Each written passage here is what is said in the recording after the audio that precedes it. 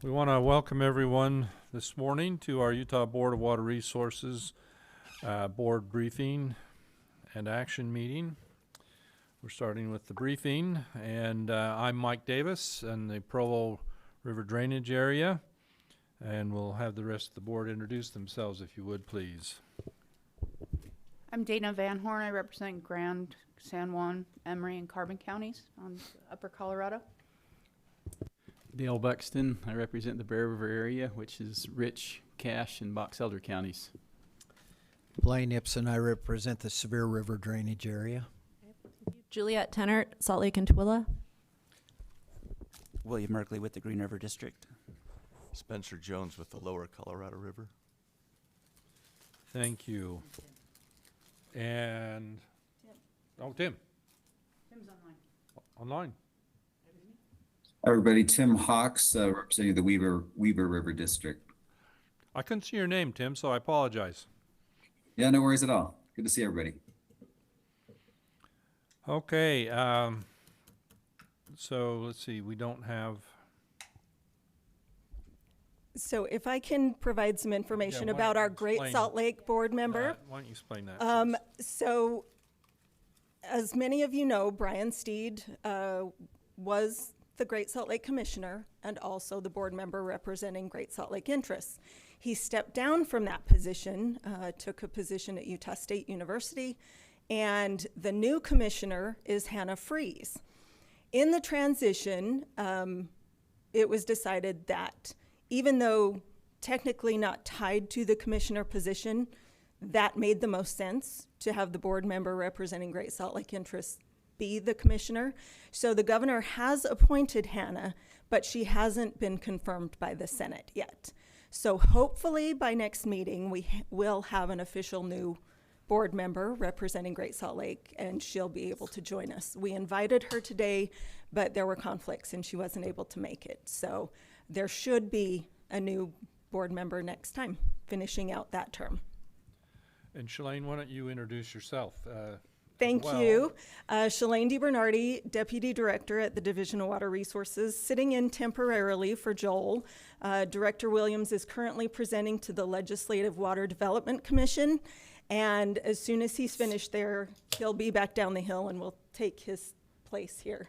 But with us today, we have Assistant Director Todd Stoneley, Marisa Egbert, Ben Marett, Ani Baynard, Ethan Stayner, Brad Caldwell, Shannon Clow, our AG Sarah Schechter.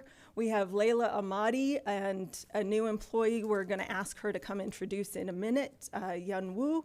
And our AV team today is Josh Anderson and Matt Morgan, so running the show behind us. Layla, would you like to come up and introduce your new employee in the hydrology and modeling section?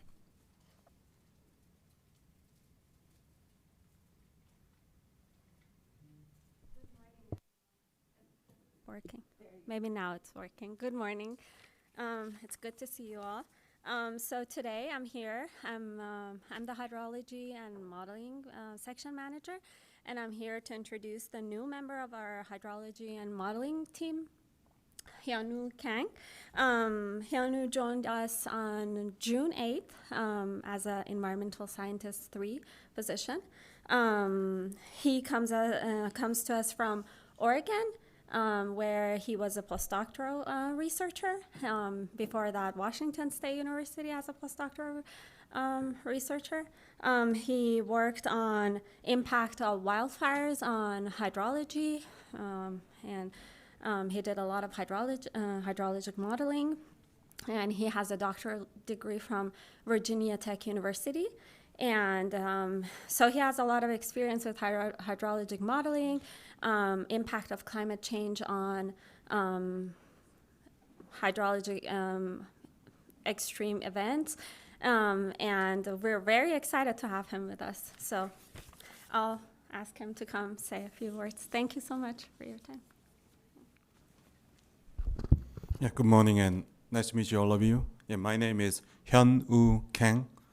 Yeah, as Layla said, I'm as a hydrologic modeler. Yeah, my background is a lot of climate change impact on hydrologic extreme, specifically drought. and using some of the drought indices. And I'm very happy to hear contribute to water resource stuff using hydraulic modeling. And nice to meet you, all of you. Thank you. Well, welcome. Yeah. We're very, very happy to have you here. Yeah, thank you very much. Yeah.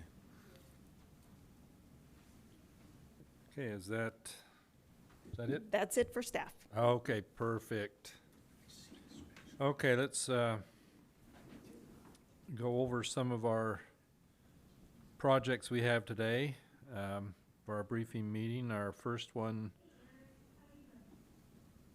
Did I hear something? No. You did. Thought there was something whispering in my ear. No, no, no. On discussion of the board projects, the first project we'd like to discuss and receive a presentation on be RE 506 Moab City. And Ethan, are you presenting on that? And do we have some representation here? Yeah, you want us to introduce ourselves? Yes, please. Okay, I'm Michael Black. I'm the city manager for the city of Moab, and we have our engineer here. I'll have him introduce himself. I'm Mark Jolison, the city engineer. And then we've got our grants director, Alex. You want to introduce yourself? Alex Mayu, grants director for City Moab. And then our treasurer's here as well. Marcy Mason, as Michael said, the city treasurer. Okay, great. And Dana, this is your area, so. And in the room, we have Alex Buxton, who is their financial advisor. Alex, glad to have you here. Thank you. On site. It's always more fun here on site, you know. I mean, it's good online, but it's more fun here. Absolutely. Happy to be here. Thank you. Thank you all for being with us today. Go ahead, Ethan, if you wouldn't mind. Yeah, thank you. RE 506, the city of Moab. This is coming from the Conservation and Development Fund. The project's just over 5.7 million total, so the board would be providing 3 million as part of that. And we're looking south of, it's about 4 miles south of the center of Moab in the Spanish Valley, where the project will be happening. In the past, the boards funded one project for the city back in the 90s for 6 miles of pipeline for the drinking water system. And so this would be the second project over the time the board has existed. But Moab's existing system is supplied by 3 wells, 4 springs, and about 52 miles of pipe. They have 3 storage tanks with about 3 million gallons of capacity. They have a total of 2,270 connections, with 1,754 of those residential. And so the reason for the project, there's a drinking water rule, 309-510, that has minimum sizing requirements for water distribution, suppliers. And one of those is storage sizing requirements. And so under those, the city is over, well, I'll say it this way, they're over 600,000 gallons underneath what they need to be in storage. And so, and there's their master plan identified that could be as much as over 2 million gallons by 2060. And so the proposed project is to construct a 1.5 million gallon storage tank and chlorination station in the area we see on the map here, and then connect it back into that existing drinking water line there. And the tank will be a cast in place, reinforced concrete tank, partially buried. Some of the benefits, other than helping become compliant with this rule, it'll provide reliable water supply for current and future residents, businesses, and visitors, and will allow the city to address critical storage deficiencies, meet peak daily demands, and provide support for firefighting and emergency response. And then, they do have a current water conservation plan, which they're updating to be ready for when it expires at the end of this year. And some of the goals I just pulled from there: reduce water use by 230 gallons per capita per day by 2030, some facility improvements, public outreach and education, and rebates and incentives for leak protection program, water saving devices, and water-wise landscaping, and new ordinances and policies relating to landscapes, gray water, new development, and emergency drought response. And so going back to the project area, let's see where we at here.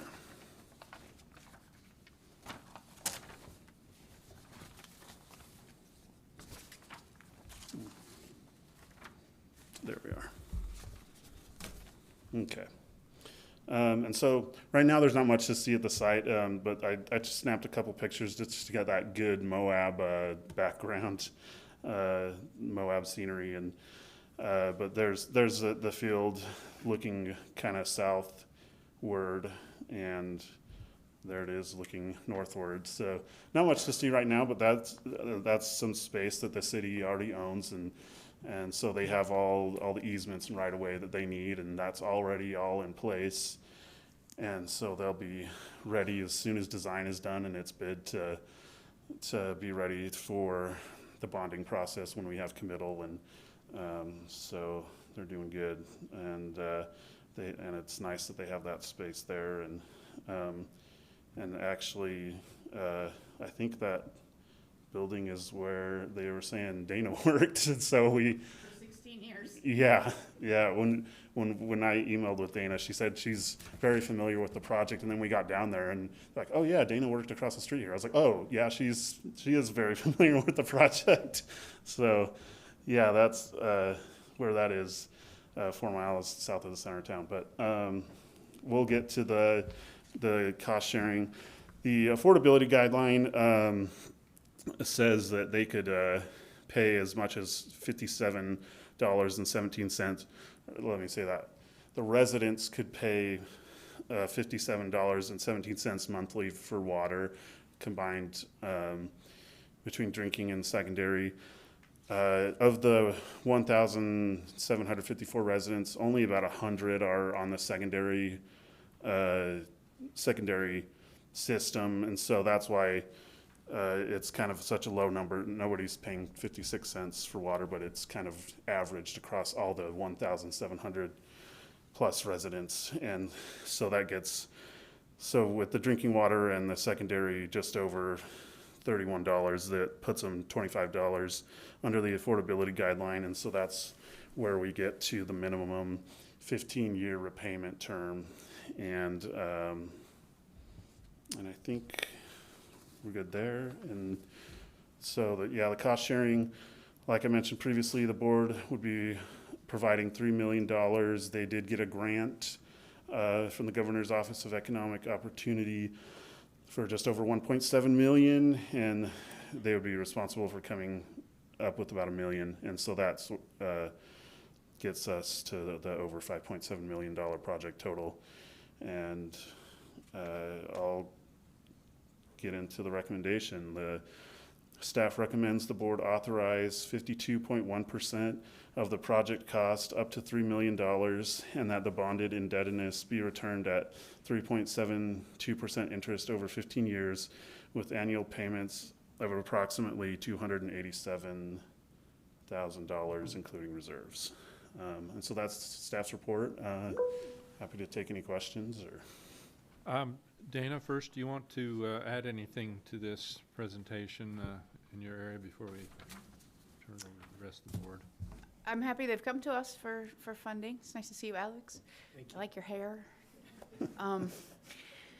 And yeah, this is my first project that I've gotten to sort of sponsor, whatever you call this. But yeah, it's exciting for me. So I'm looking forward to this. It's been a long time coming. So happy to make the motion as well.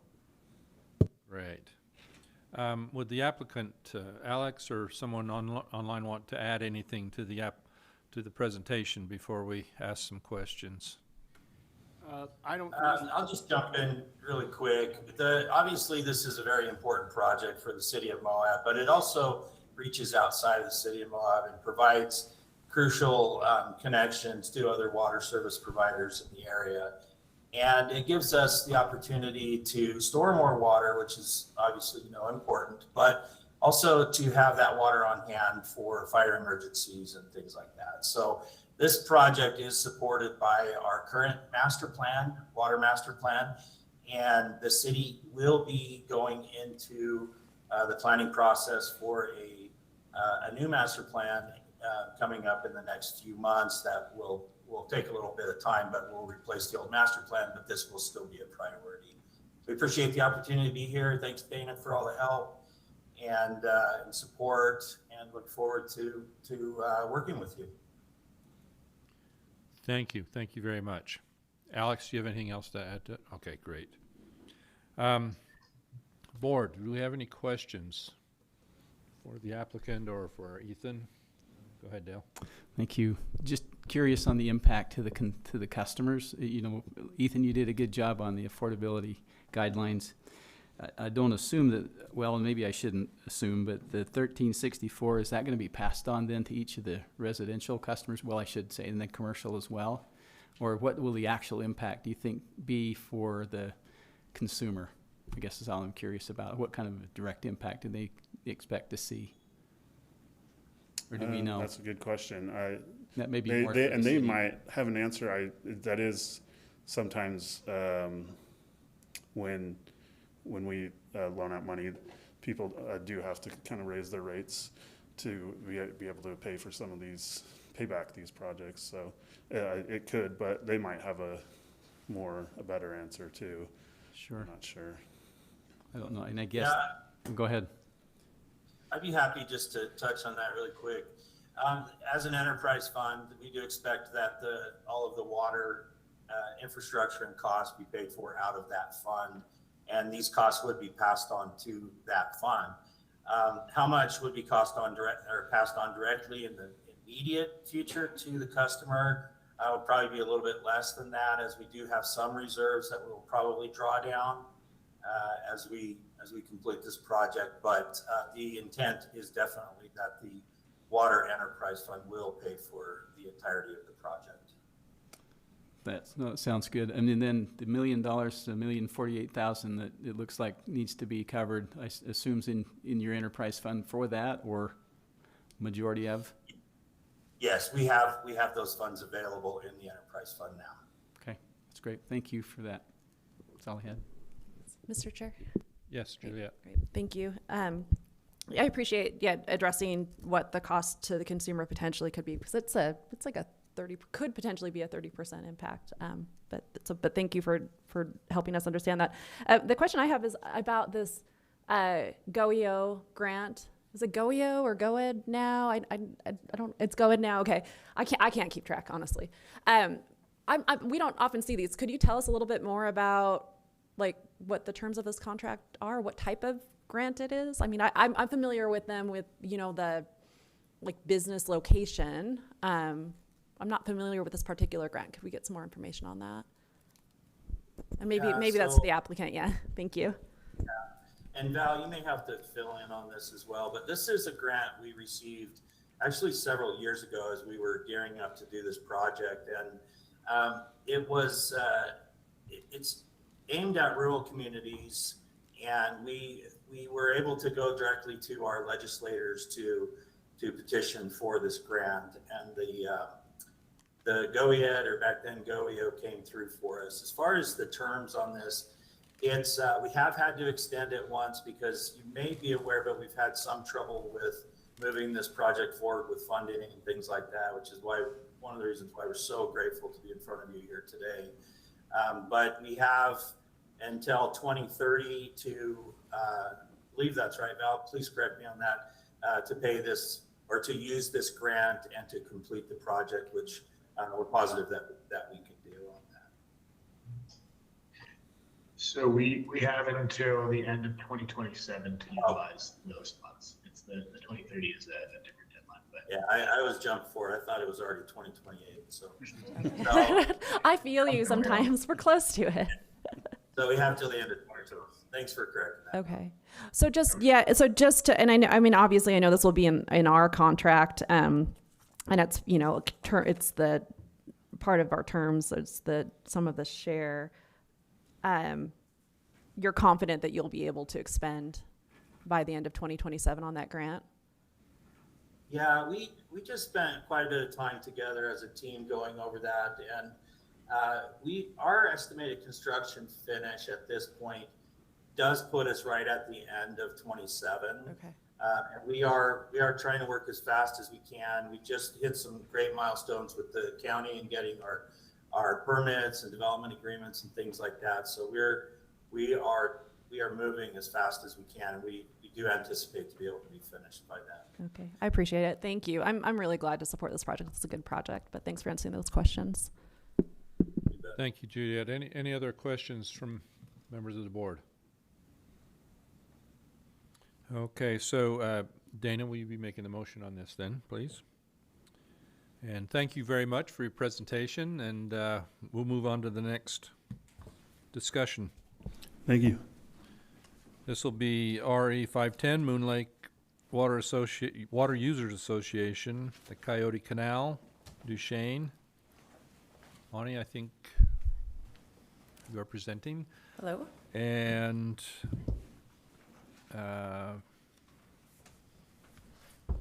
we have Dex Winterton. Yes. With us. Thank you. Thank you for being here. Oh, you bet. We're very grateful you are here. You're the general manager, Moon Lake Water Users Association. William,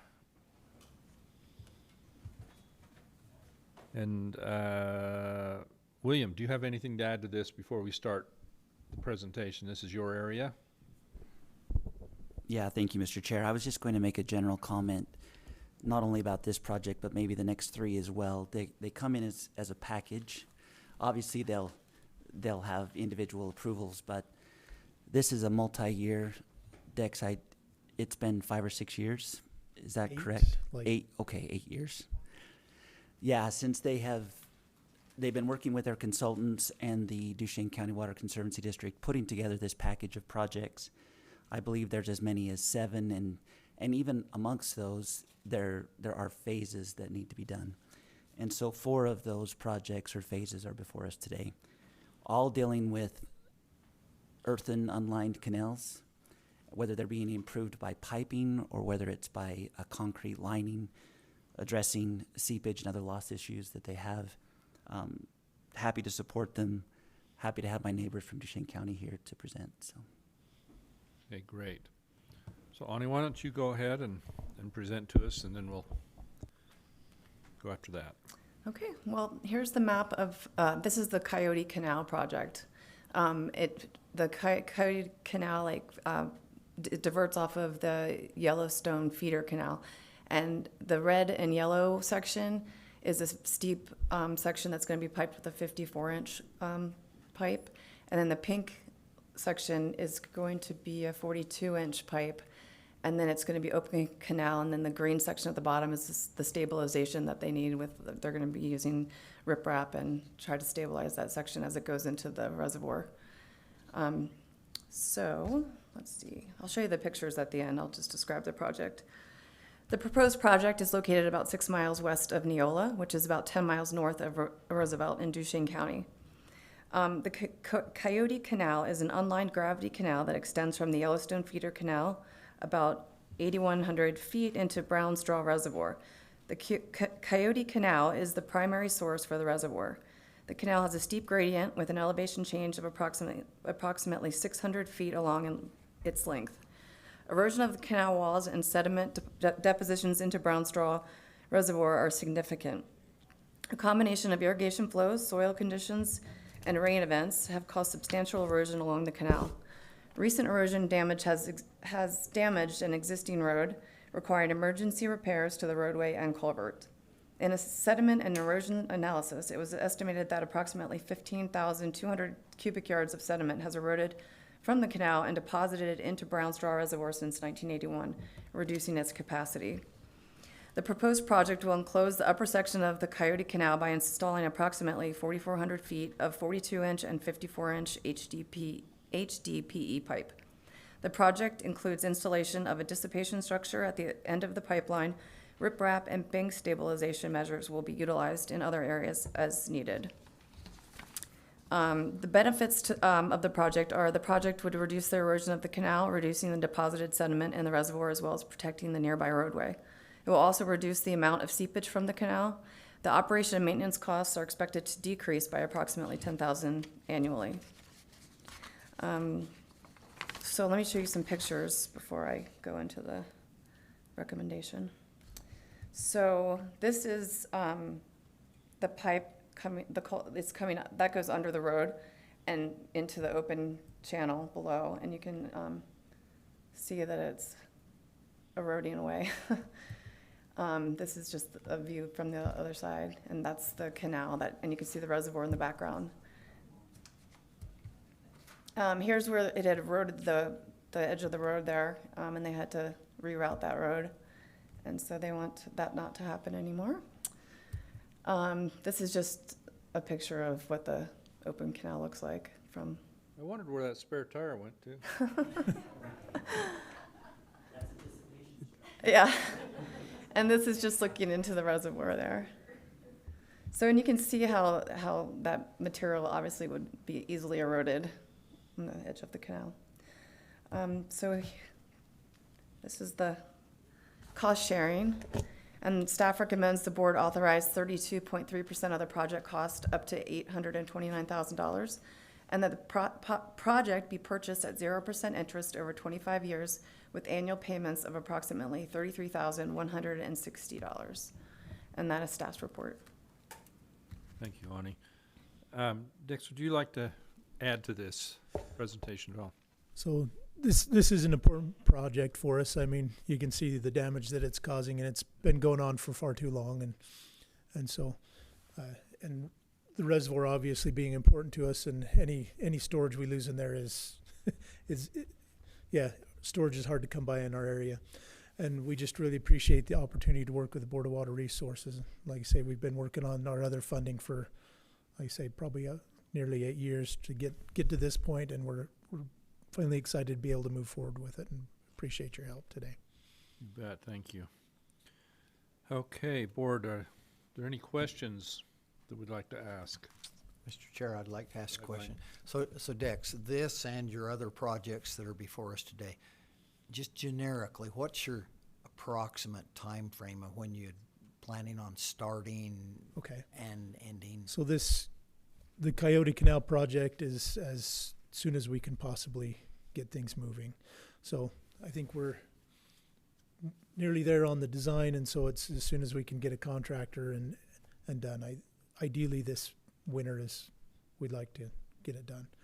We wanted to have it done this summer, but yeah, things just haven't worked out the way we've wanted them to. But the other project coming up is similar time frame, as soon as we can make it work. Yes, go ahead, William. Dex, just one question.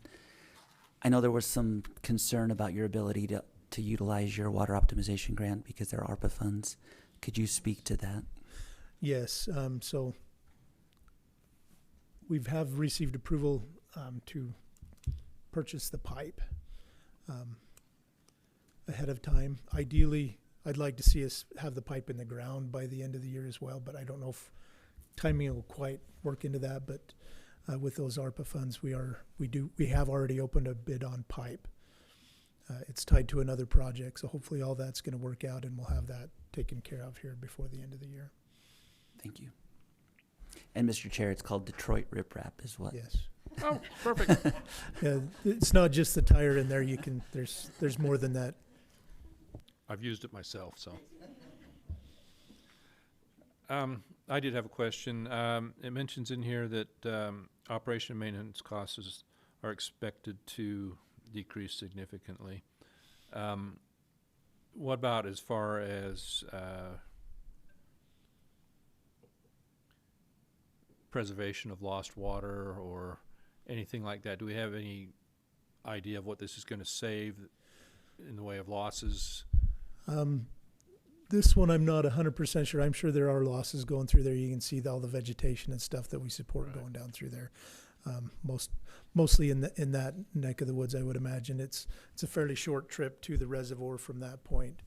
And so I don't know that we'll see huge water savings other than the preservation of our storage in the reservoir, which is a huge savings for us at this point. Like I say, probably marginal water savings, due to vegetation and different things through that stretch. But I can speak to that a little bit if you guys can hear me. This is Eric Rue from Jones in the Mill. Yes, please. Yep. So like Dex is saying, it's pretty marginal as far as water savings go. The estimated water savings is about just over 300 acre feet per year. But there was also another study done that was also mentioned in the presentation, was the erosion that's occurring. So it's estimated that there could be another 10,900 cubic yards of material that could be eroded and deposited in the brown straw.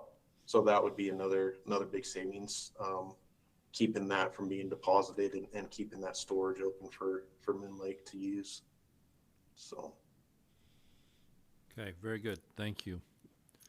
Any other questions? I was just going to say, from the pictures, it looks like that there's a lot of aggregate and it's very granular. So I would assume the 300 acre feet would, probably be, it's pretty substantial. I would guess so too. Okay. Well, thank you very much. And let's move on to our next project. Same people. Oh, and William, I assume you'll be making the motion on that? Thank you. Okay. Well, this is also Moon Lake Water Users Association. It's the Yellowstone Feeder Canal Project, RE 511. And so here is the map of the Yellowstone Feeder Canal. And in this project's gonna be working on these two sections. There's, I think, 10 total sections that they have flagged as being, that need to be lined. But these two are the sections we're gonna do in this project. I guess I can just show you the pictures right now because it's just the canal lining. So this is the canal. This is a section that has already been done. So obviously they haven't lined the sections we're doing. But this is going to be a similar project.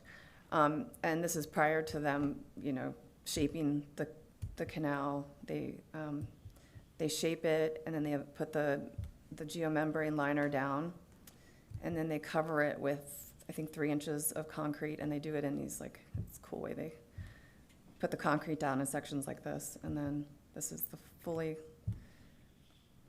covered section, and then this is after the water's in. So that's what this project will look like, but this is the section that's already been finished. So anyway, the proposed project is located 5 miles north of Altamont, which is about 18 miles northwest of Roosevelt in Duchesne County.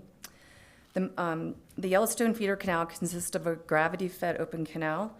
The canal is mostly unlined and more than 22 miles long. It conveys irrigation water from a diversion on the Yellowstone River to Spring Branch Creek. The canal provides irrigation water to approximately 36,700 acres. The canal has been experiencing substantial water losses from seepage. A seepage analysis found that the canal loses an estimated 2,960 acre feet of water annually. An additional concern is bank erosion at canal bends and increases the risk of bank failure.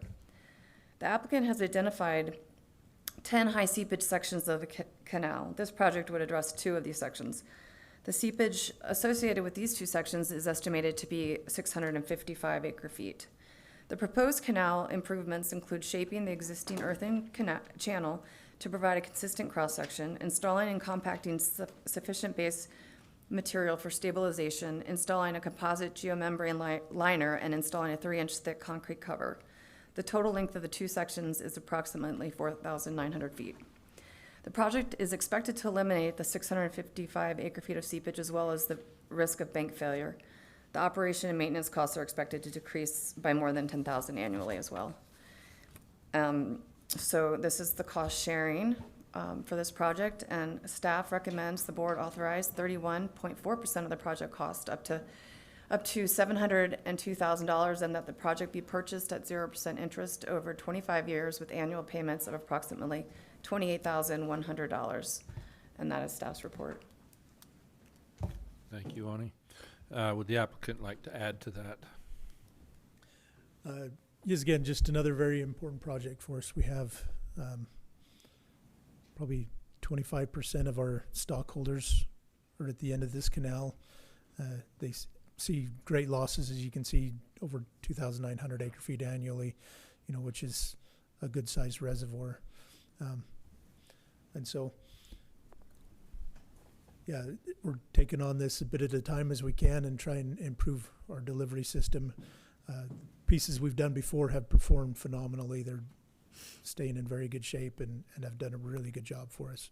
So we're kind of excited to expand and keep moving on this project, and appreciate your help and support today. Right. Would the board like to add to that? Spencer? I just had a couple questions. One, the stuff that you've currently done, the concrete lining, have you had any issues of subsidence or anything?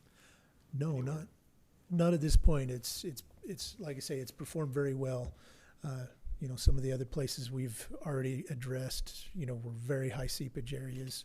One of the areas had been previously lined with concrete, just concrete only, and it was, probably 40, 50 years old. And so it was breaking up and having issues, but we've kind of gone in and gone over the top of that, and some other areas which at this point have performed very well, and very little cracking, very little issues with them so far. So good. The other question, we've just seen, several applicants that have come in that have the concrete lined, and they're coming in, to seek funding for, putting it into a pipe. I was just curious if you guys looked. I know that's a lot of quantity. Yes. Did you guys look at all of feasibility of putting it into a pipe, cutting down evaporation or anything? Or so, as we've looked at that, we're over 12 miles, and at this point, we don't feel we have the ability to do all of that. Yeah. And there are better areas and worse areas as we go along the canal, and the piecemeal stuff, and it's out in the middle of nowhere on, ground that's hard to get to. And so the idea of having intake structures randomly put out throughout these areas was kind of one of the bigger maintenance nightmares that we kind of thought of. And that's why we've leaned towards just doing the canal lining. Okay. If we had the ability to come and do everything all at once, pipe would obviously be the ideal, but where we're trying to just kind of do it in pieces, the canal lining is by far the better option we've decided at this point. Okay, thank you. Yes, go ahead, Dale. Just let me add on that one quick question. Just educate me a little bit. A cost difference between lining and piping. Is that a easy answer, or I'm just curious if Eric would probably have the better answer on that one. Yeah, I can speak to that a little bit. We'd have in these 7 projects that are part of this PL 566, we have both the pipe and lining projects. And honestly, with some recent bid prices that we got, and with what pipe has done since the beginning of the year, as far as that price increase has gone, it all depends really on your width of the canal and certain things too. But if we were to look, for instance, at Yellowstone Feeder Canal on the 100 CFS, that would probably take somewhere near a 54-inch or maybe even up to a 63-inch HDPE pipe. But really, long answer to your question is that they are about equal in price per foot is what we have been seeing in bid prices that we've gotten recently. Sounds good. Thank you.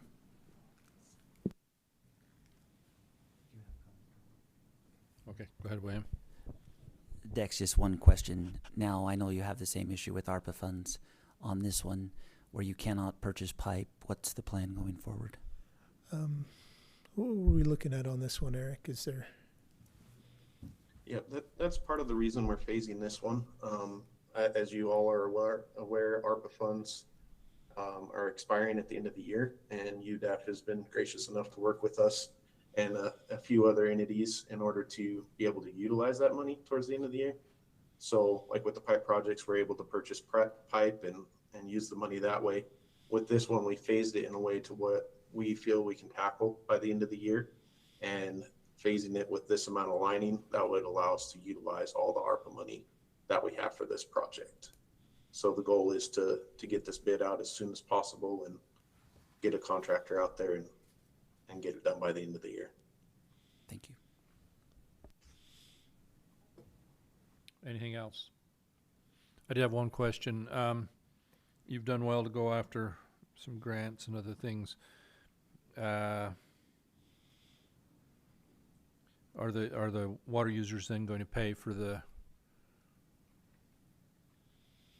from the applicant standpoint, is that amount that you've collected, does that come from the fees of the water users? Yeah, our portion, our payment will come from our assessments. It shouldn't impact them necessarily moving forward here within the last year or two. The Browns Draw Reservoir that we're feeding, we actually paid off our loan on that recently, and so that we shouldn't have to raise shift that over. And yeah, so our payments should fall within what we're currently collecting as far as assessments are concerned. Right. Mr. Chair, I have just a comment. Based on what you're saying, that you're on a fast track in getting done, I'm sure you understand this is just a feasibility report, that there's a whole list of requirements that you'll have to do before we can actually commit the funds. And so if you proceed on construction and you haven't met those requirements, you're on your own potentially. You do run a risk if you do anything before we've authorized and committed our funds. Yes, and we're aware of, having been in here and done these loans before, we're aware of most of these things and already in the process on the big things. So yeah, thank you for that comment. And I would say too that with the PL 566, we do have the NRCS review process that we're going through too. So that would probably line up with the committal of funds as far as time frame goes, is my guess. Okay. Oh, William, go ahead. Just based on the explanation that Eric gave, Dex, so we've phased this project to what you feel like you can accomplish by year's end. So do you anticipate coming back to the board next year for additional phases of this same project? Yes, that would be the plan at this point. Okay. Okay. Any more questions? I'd like to mention that our fearless leader, Joel Williams, has returned. And we'll hear from you in a little bit, I think, if that's okay. Moving on to the next one. Thank you. RE 512.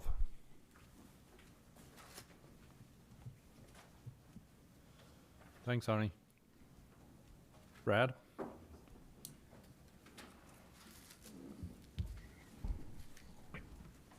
Mr. Chair, good morning, and the board. I believe we have Eric Grube online as well as Lance Henderson as the president. Great. Welcome. Glad to have you with us. Okay, project number RE512, Uintah Basin Irrigation Company.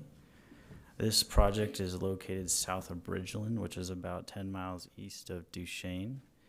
Uintah Basin Irrigation Company was incorporated in 1919 and is owned by 76 shareholders, and they serve approximately 10,400 acres of agricultural land. Water is diverted from the Duchesne River and conveyed through the Gray Mountain Canal, shown here with the blue line. The canal is actually owned by the Bureau of Indian Affairs, and the applicant receives water through a carriage agreement, which means that operation and maintenance costs of the canal are shared between the applicant, and their share is about 2/3 and responsibility, and the Uintah Indian Irrigation Project has the other 1/3 share responsibility.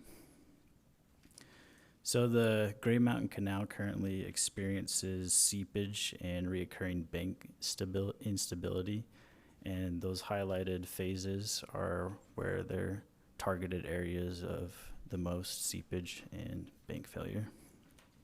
And this project is actually, the funding for this project is actually going to be only for phase 1, shown in the orange line there.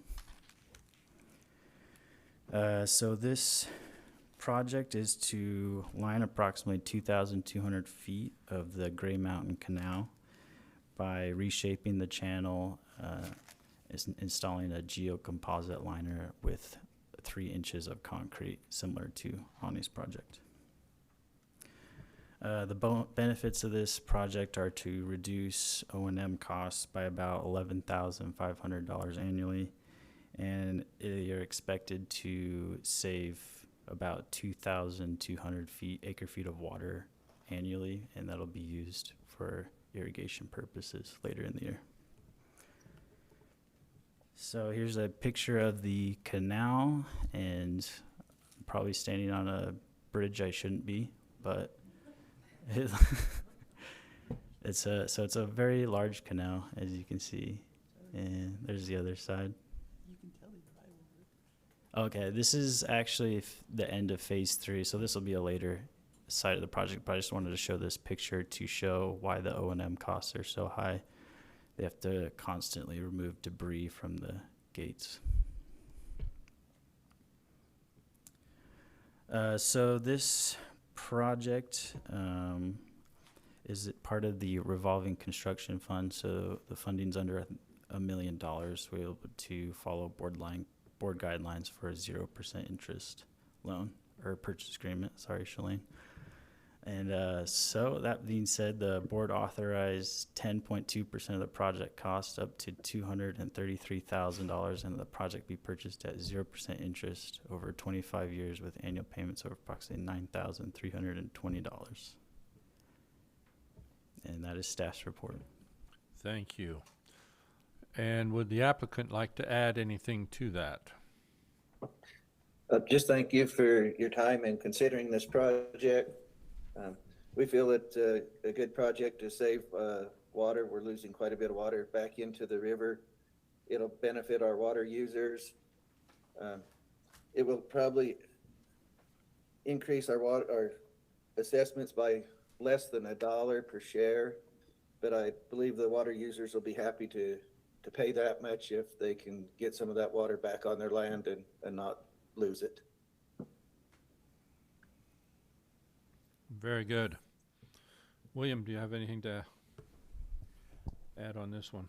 I just had one question, maybe just a follow-up from the meeting that we had with the project stakeholders. UIP, or the Indian Irrigation Project, see a committal of $129,000. Has that, the question had been, is there an agreement in place for that, or is that simply the O&M agreement that the 2 canal companies have? There's not an agreement right now for the funding that I am aware of, but there is the carriage agreement where they hold responsibilities for maintenance on the canal. I'm not a lawyer, but I would assume that they would hold responsibility for that based on that agreement. And I do have that carriage agreement, read through it. So, Lance, do you have anything to add for that? At the last UIP meeting, they was going to discuss that, but there was time constraints and it didn't get discussed. We're hoping to discuss that with them on the first Monday in September to get their committal for sure to do this. And I will note that we will get some sort of agreement before we commit funds. Yeah, that was going to be my next comment. Maybe make that a part of the checklist for committal of funds. We will, is that we have that agreement in place so that UIP is aware that they're spending $129,000. Yeah. Thank you. And I can add to that a little bit as well. So this is part of the 7 projects, and UIP has another project as part of those 7 projects. So they've been aware of this project for the past 8 years as all these funds and grants and Plan EA have been done. So they do have money set aside for it, but we will need to get that agreement in place, as you guys stated, but they are aware of it. And Mr. Chair, maybe just one follow-up question, similar to what I asked Dex. So the other two phases that have been identified on the map, do you anticipate coming back to the Board of Water Resources in a year or two as a continuation of this? Yes, it'll probably be down the road, 2 to 3 years. Get this one finished, make sure it's going to work the way we want it to, and give us time to secure some additional funding for the next phases. Perfect, thank you. Oh, yes, please, Dale. Just a quick question, curiosity for Lance. What's your volume in this canal, flow rate, CFS wise? At peak flows, it's near 200 CFS. Okay, so you've got a pretty good amount of water going through that. Makes sense. Thank you. Any other questions, concerns from the board? Great, thank you. Moving on. RE 512, South Boneta Irrigation Company. Brad?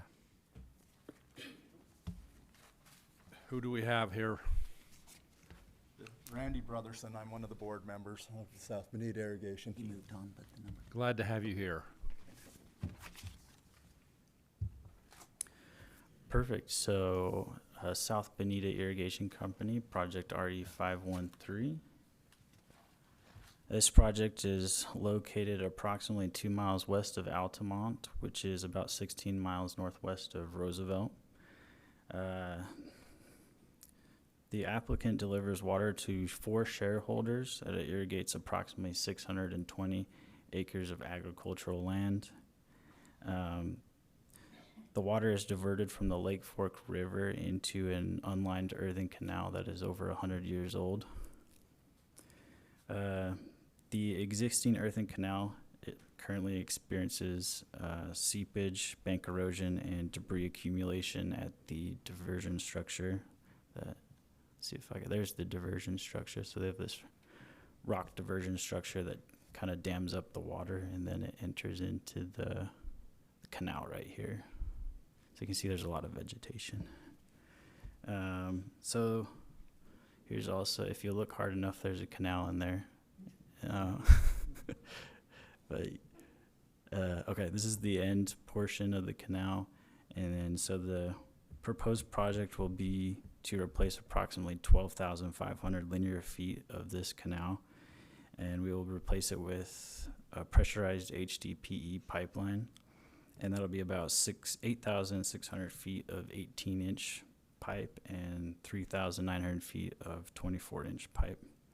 The project will also include replacement of the existing head gate, improvements to the diversion structure, installation of a new pipeline intake, and energy dissipation structure. This project will reduce O&M costs by about $7,000 a year and pumping costs by about $500 a year. This project is estimated to save about 800 acre feet of water, which will be utilized for the end user as well. This project is also under $1 million, so it qualifies for the revolving construction fund and was able to follow board guidelines for that 0% interest loan or purchase agreement, sorry.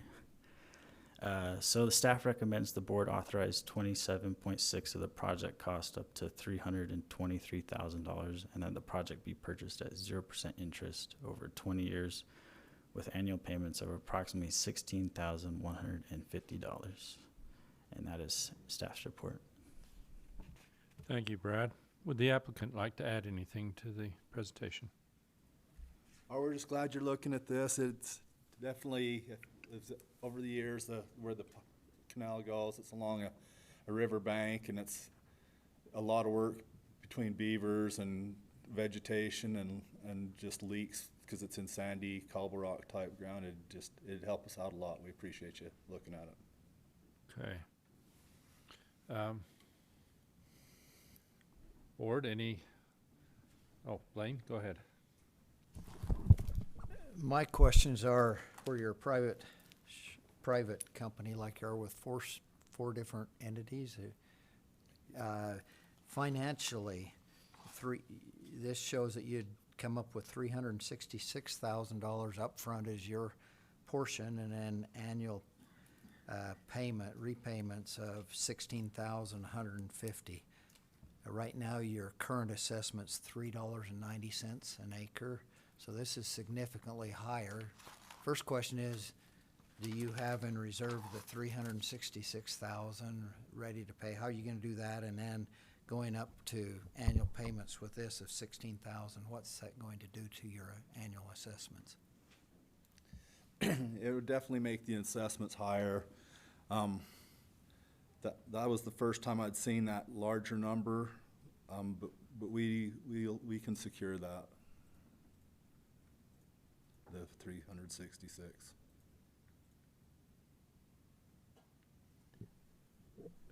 Mr. Chair, Yeah. just curiously, you say it's the first time. Has This the is number not been the discussed? feasibility report, the whole, the. Okay. Just I just want to make sure. Okay. I will note that is what they filled out on the application. Okay, that's okay. So- Thank you. Okay. Dale. One quick question, just to follow up on Blaine. I did the same math, and that's what made me a little concerned. Because it was showing 390, and it looks like if I've got my numbers right, you're going to be about $26 a share or per acre more. So, I mean, that's multiples more than what you've had. And so I guess that's always, repayment's always a concern, just to make sure that the cash flow's there. And you're thinking you're good? Yes. Okay. How many shareholders is it 10? Or is that what 4. So there you go. So between the 4 of you, you figured out how to come up with $16,000 a year, looks like. Yes. Okay. All right. About 8,000 will be just savings in canal and then pumping for the upper pivot. So, I mean, it's half of that's taken care of just by savings. Okay. Well, that helps. Okay. Very good. Thank you. Dana. I have a question about the overall projects, like all of them together. Is the amount of irrigated acreage mentioned in Moonlink encompass the Uintah Basin and the Boneta acreage as well? Or are they 3 separate? So everything's separated out to each project. Okay. And then is the entirety or most of it flood irrigation? 2 of mine are sprinkler irrigated mostly. I can't say for Moon Lake though. Because without, I mean, it looks like a lot of gravity and a lot of canals, not so much. Yeah, the last picture made me think of flood irrigating, so just curious. Not a lot of flood irrigated from what I saw in the applications and water rights. Good, thank you. So on this project, is it currently sprinkled then? Yes. Okay.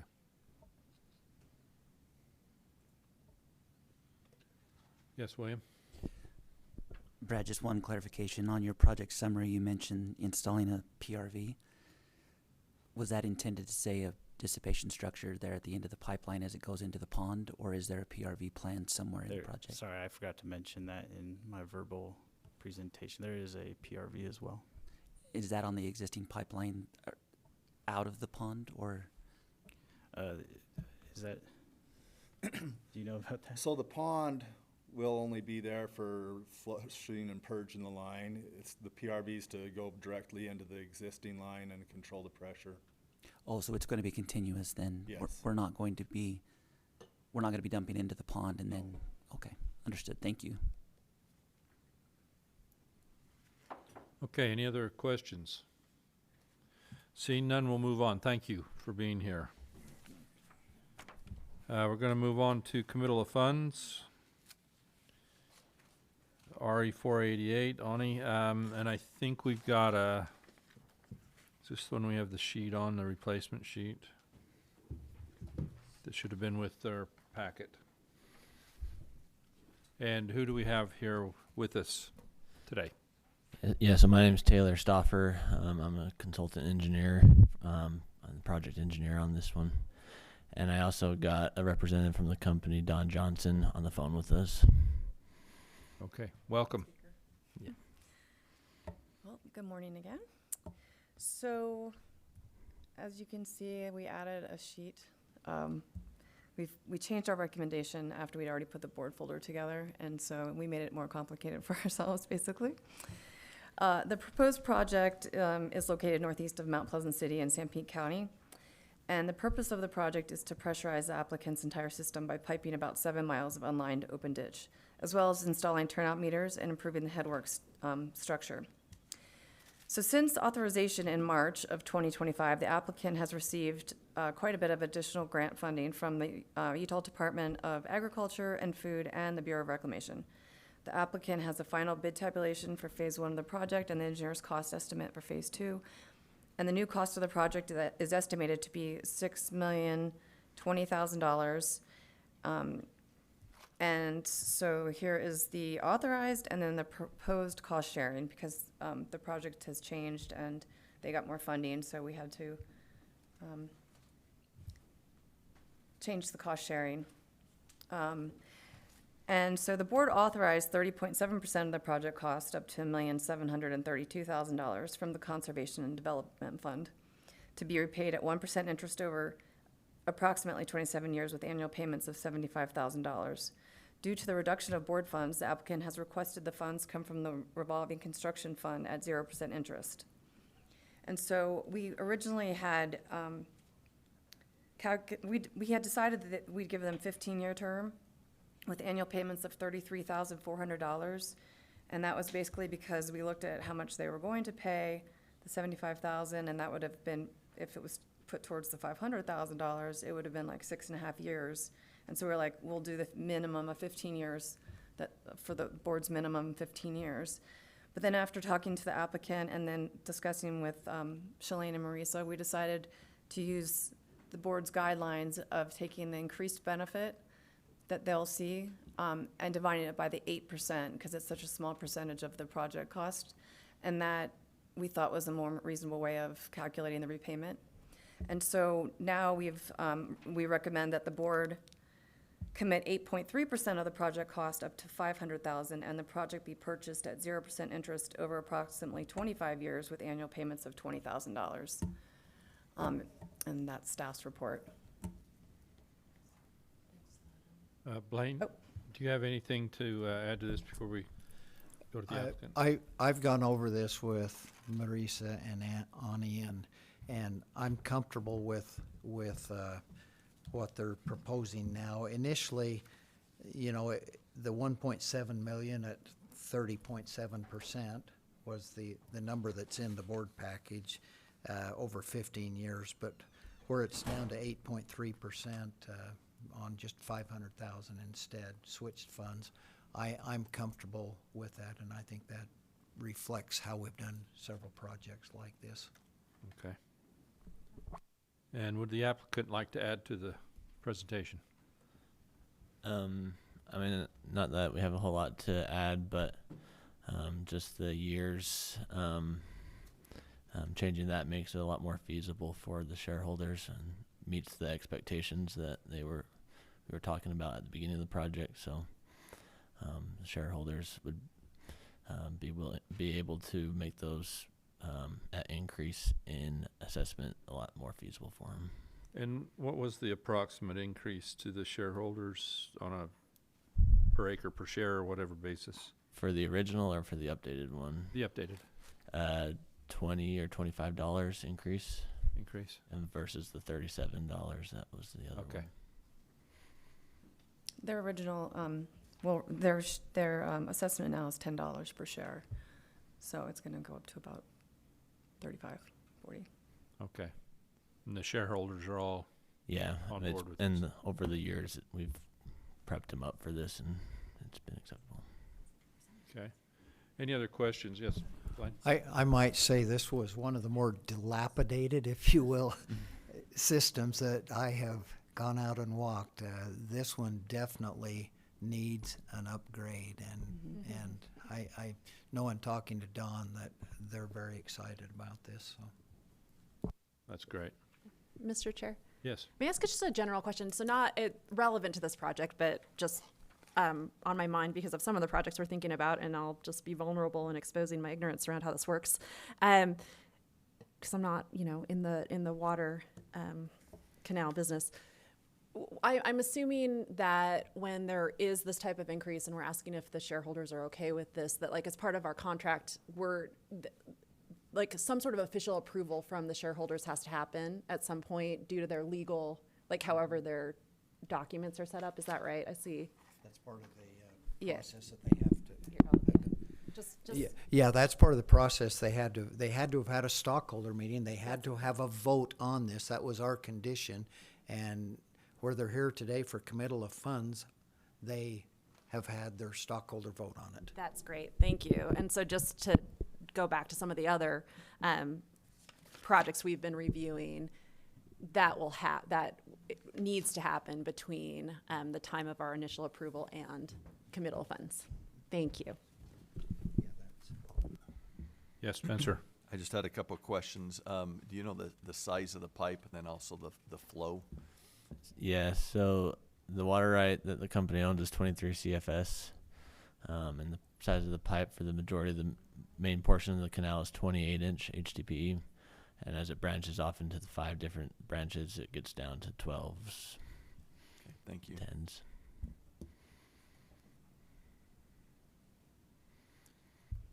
So another question.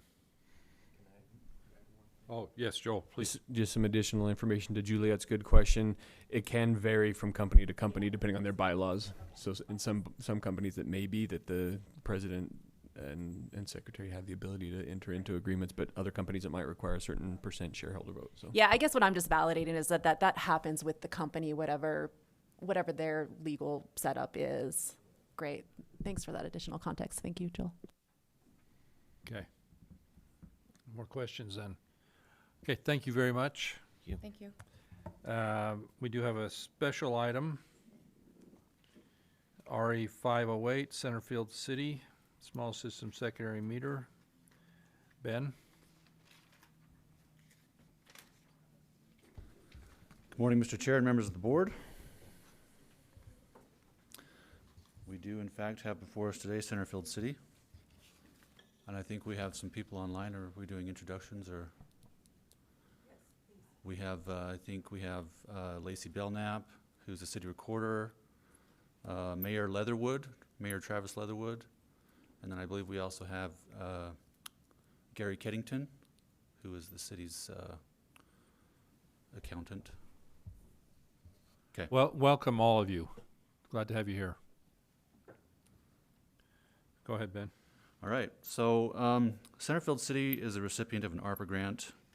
They came before the board back in 2022 and received a grant to install secondary water meters on their system. They also received a bond to pay for to assist with the cost share on their project. They also requested additional funds on that bond to pay for automatic shutoff valves in their system, which they were awarded, but ultimately decided not to install. And so they have, at this point in time, they've installed about 360 meters on their system. They have depleted all of their ARPA funds, but they still have bond funds remaining. And they've discovered that they have more meters than they thought that they had. They have approximately 510. They've installed about 480, and they are seeking additional funds to assist with the finishing installation of secondary meters on their system. And they're going to use the leftover bond funds to pay for that portion, to pay for their portion as well. So they're estimating that it's going to cost about $480,000 to finish metering their connections. They're seeking a small system secondary metering grant from the board. You can see the cost breakdown here. The small system secondary metering grant pays for 50% of the project cost. And then they have about $270,000 remaining on their bond, but this information here shows that it only shows what's 50% of the project cost on your table there. So staff recommends that the board authorize and commit 50% of the project cost, up to $240,000, as a small system secondary metering grant.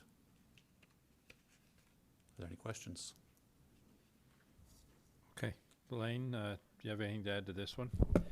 They've been pretty diligent getting going, and they're just, the end of the tunnel is in sight. So this is a good project. Okay. Board members, or applicant, excuse me, applicant, it's applicant. I think you guys are muted, so if you want to speak, you need to unmute. Well, we just ran into some problems, unforeseeable things. Contractor, we had to get, we had the software we purchased that went bankrupt. And anyway, it just set us back, and we've worked really hard with the group that's putting them in. They've done a great job. So this will be a huge help. I know that when we originally ran the numbers, came up to 480, we didn't realize how many connections were in lots that weren't fully developed but had connections. I'll give you, I'm an example. I bought an acre. There were 2 parcels, and I had a secondary connection to both, and one got counted, the other obviously got missed as they were just calculating off of some of the hookups and stuff. So you can see how that we missed those numbers. We'd be just grateful if we could get that help. Would be very appreciative. Thank you. Does the board have any questions? Okay, seeing none.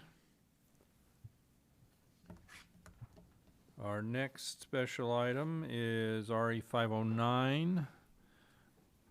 Brookshire Irrigation Company, small system secondary meter, Salt Lake County, Marisa. Oh, and Blaine, I assume you will make motions there. Okay. Assume there's a motion there. Yes, there is. There we go. Look, there's plenty of room. Yeah, there you go. Oh, good. We have guests.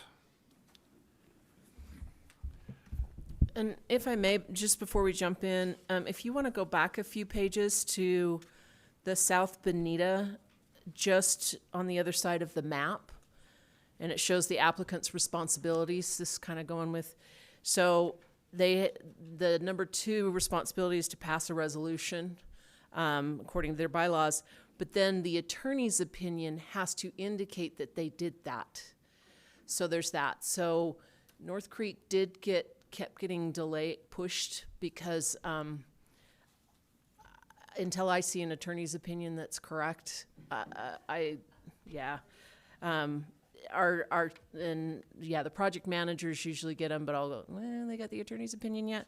So, and they know that. So that's something that we really watch, and the project managers look over the attorney's opinion to make sure it's actually an opinion, and that they're answering all the questions that we've requested. So that is something we do. So you don't see that on the committal of funds report.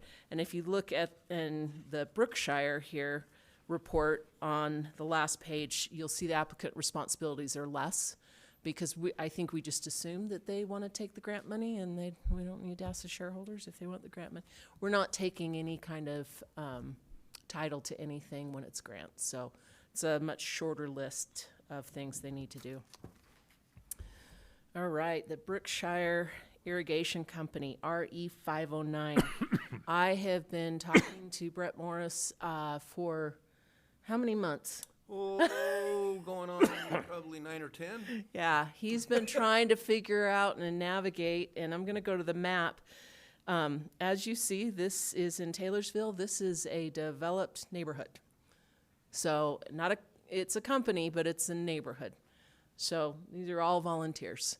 And trying to navigate through the requirements to install secondary meters. So Brett went through to try to find out if they could be exempted, and went through that process, and that was a big no. Is that right? Yeah. If anybody has any pull. We're still willing to do strategic point, metering, Was it the exemption because you don't have storage? The reason that we were given by the Division of Natural Water Rights is that the storage water out of Utah Lake nullified our ability. We don't have any storage water, but we're with South Jordan Canal, and South Jordan Canal gets the water out of Jordan River, which comes out of Utah Lake, and they consider that as storage. And so we were denied strategic point metering with 1 meter. So we were originally, back in 2020, told that we would qualify for it, and we actually purchased a meter for the system. And unfortunately, our system is old, 50 years, and the meter that we purchased was not compatible with the old piping in our pump house, and so it was never able to get it up and running. But originally, we were told that it would qualify, but through transition of different president and such, And never legislation. had any follow-up and never had any documentation. So when we applied, we were denied. And 2020 would have been pre-Water Resources having any idea about the legislation. So might have been a discussion with water rights, but, and the exemptions, just so you're aware, the ability to get an exemption from secondary metering, there are 4 exemption options that fall under the purview of the Division of Water Rights. All right? Yeah. And 3 that fall under us, the Division of Water Resources. But I will tell you, when I say the majority goes through water rights, there's probably 50 systems that are exempted, and I think we only have a couple of them. So just based on what the legislation is. So most of these are going through water rights. So Brett was trying to figure out, and we were trying to figure out ARPA, but then we were starting to run out of time with the ARPA funds, even though there's ARPA funds left now. And so, but we've got this small system. So it's at 50%. And ARPA, would have ARPA been at 50% this year? Yeah, so the cost share is the same. So I'm going to show some photos. This is one side of the side of their diversion. Let me just go back actually to this map. I don't know if my arrow probably doesn't show up, but where you see Redwood Road and Brett, how do you say that name? Allegheny. Allegheny. Right around in there is one of the entrances, exits to this little dirt road that goes along the canal. I wouldn't even call it a road. And as you see, there's houses right there, lots and lots of houses. So these are their storage tanks settling basins that they've got. And that's the pump house. And as you see, the big brown structure to the right of it has nothing to do with the company. That's the neighbor. And there's the inside of the pump house. And I'm just showing this because this is in front of Brett's front yard, and I thought I'd show it to the water conservation folks later. They'll be really excited to see this parking strip look like that, even though he wasn't able to use the rebate information. But Brookshire Irrigation, they've got 87 connections, secondary connections, and they will need to meter those. So the applicant provides secondary water to 87 connections. The purpose of the project is to install meters on those existing connections as required by state code. The metering will allow, is expected to allow the system to reduce water use by about 22 acre feet. It will also allow the applicant to have usage data for each connection and identify potential leaks. So the 22 acre feet, I don't know that you can actually do anything with that. Yeah, I mean, like I said, So, at this point, we obviously have no idea really how much water we use. So So this will be good for that. And one thing to note in the applicant's responsibilities, and this is for all of the secondary metering projects, on that last page, they will eventually have to adopt a progressive water rates structure and schedule, and I think that's some like mid-2030. And it's also required they pass an ordinance that any new connections will install their own secondary meter. That being said, I don't know that you guys are going to expand. yeah, I don't think we have anywhere for any additional lots. We're completely developed in. Yeah. They do have to provide an educational component about efficient landscape watering on the billing statement. So rather than maybe say a once a year kind of, hey, you owe an assessment, this now has to be more often. And that's part of the requirements of the grant funding. And they also have to work with the Division of Water Rights to report that data. And have you already checked in with Brandon? Again, Yeah. without having, any real data? Any real data, but we do report every year. Yeah. So for a small volunteer system like this, they've done a really good job in trying to do what they're supposed to do. So this is the project cost estimate is $300,000, where the board would do 50% at $150,000 and the applicant the same. So staff will recommend that the board authorize and commit 50% of the project costs up to $250,000 as a small system secondary meter grant. And the reason it's authorize and commit is because the requirements they have to do are either taken care of or they're going to be in the future. So thank you. That's staff's report. Thank you, Marisa. Applicant, would you like to introduce yourselves as well here? Oh, I apologize. Yeah. My name is Brett Morris. I'm a board member. I'm Bert Sorensen, a board member. I'm Ralph Parker. I'm the president. Glad to have you here. It's a volunteer organization. I respect that you're getting incredibly wealthy off of this. Oh, yeah. Oh, yeah. Yeah. I get to We'll enjoy share our those types of things 50% too. with you guys. How's Yeah. that? Yeah.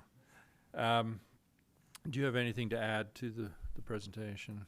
Other than, obviously, small company, neighborhood, without the funding, it will probably not be able to happen. So, Okay. I mean, that's kind of where we're at with it. It's a push. We have got the buy-in from all of our members, and so being able to come up with our half, we feel comfortable with that. But without your half, it's probably not going to happen. Right. So. Thank you. Juliet, this is your area? Yeah, I appreciate it, and gentlemen, and to the residents, I understand that this is kind of a tough place to be in. I think that the goal of water conservation is excellent, right? But it's kind of one of those things where the policy just doesn't really contemplate a situation like yours, and I'm sorry that you like. Yeah. I know that if Marisa's been on the case, she's been trying to figure out how to make this work the best for you, no matter what. And so I appreciate you engaging with us. So thank you. That's the main thing that I'm trying to say. I don't think we can do, is there anything else we can do to be helpful? And I'm kind of asking you, but then also looking at Marisa to figure out if that's even possible. I know that there's a burden placed with that additional educational component, but I assume that we have a lot of resources there that we can help to share how that works. And if I haven't connected him with Heidi King, we will. Okay. Yeah, because that it's different. Heidi for was you. the one that helped you with the water conservation Yeah, I plan. think Ralph has spoke with Heidi Okay. back a while before we put together the conservation Okay, plan great. Thank on you. that kind of stuff. And so, Could we do, is a loan something that you'd be interested in for the other portion? You've probably thought through all this. the challenge with the loan is at that point, you want to hold on to something. I understand. We don't really have much to hold on to. Yeah. So, that would definitely be, at this point, Okay. we have hit those numbers pretty hard. Okay. Right now I feel comfortable.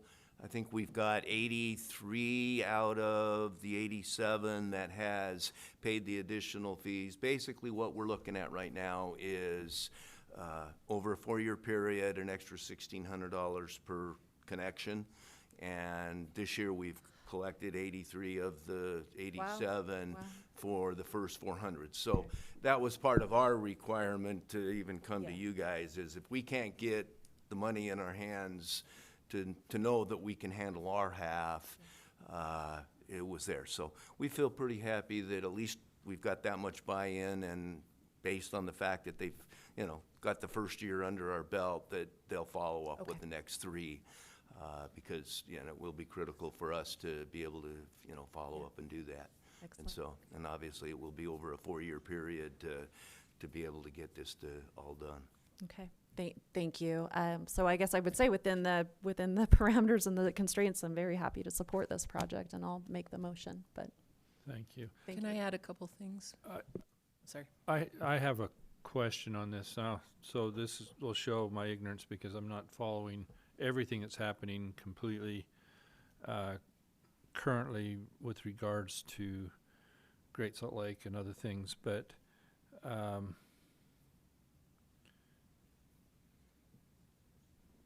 do you have a specific water right associated with this, or is this just, I'm trying to understand, you said you didn't know exactly what you use currently because it's not metered. Right.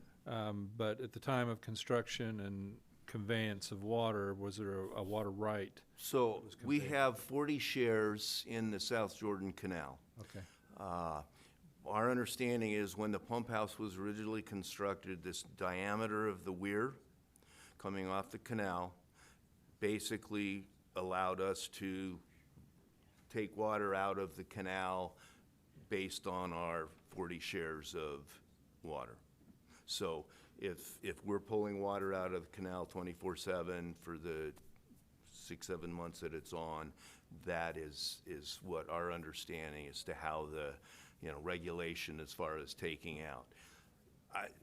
In reality, I don't know, South Jordan Canal has any, water goes down the canal. I don't think they have any idea how much comes out into our weir. Right. Because there's no regulation. But that diameter of the weir is our understanding is what kind of regulates our restriction to only be able to take as much as we have 40 shares for. Okay. So going a little further, it's obvious you've put some effort in at your personal home. I assume there's probably others to reduce water consumption.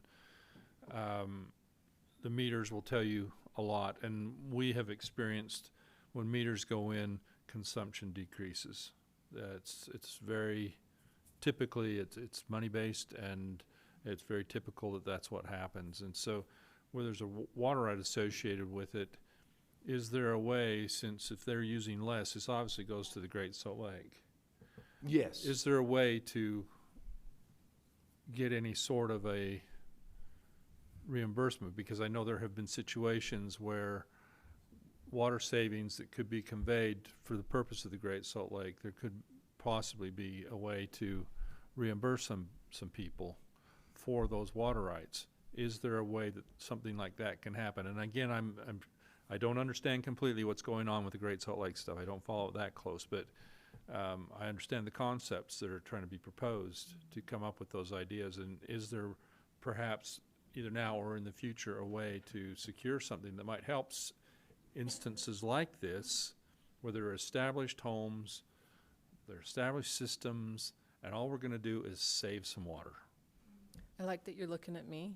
Yes, I am. I'm just a dumb engineer, so I wish you would zero in on the AG over there, because it's very much a legal thing. I'm gonna start by saying I have no idea. I will add that. So we're equally smart on that. Yes, I'm going to assume you actually have to have a water right. It's not going to be the shares, so it'd have to be South Jordan Canal that does something about it. And yeah. I did look into it, kind of dead-ended. I could not find anything that would provide us with the ability to lease our shares for the Great Salt Lake. Looks like there's a lot of stuff coming about right now, new things happening. But at this point, I couldn't find anything. Trust me, I was looking for some way to increase our cash flow. There might be possibilities, and the best way to work through those would actually be to contact the commissioner's office. The Great Salt Lake Commissioner's Office. Okay. Because I know that they do work with individuals and companies to lease water. I do believe that they have leased shares. It's not just water rights, so shares. That was my understanding. Yeah, so you don't have to have a water right. You can have shares, is my understanding also. I am certainly not the expert on this, and I don't know what their program looks like right now. So again, that would be something that the company could work with the Great Salt Lake Commissioner's Office on. But unfortunately, Commissioner Freeze is not yet on our board, but she will be.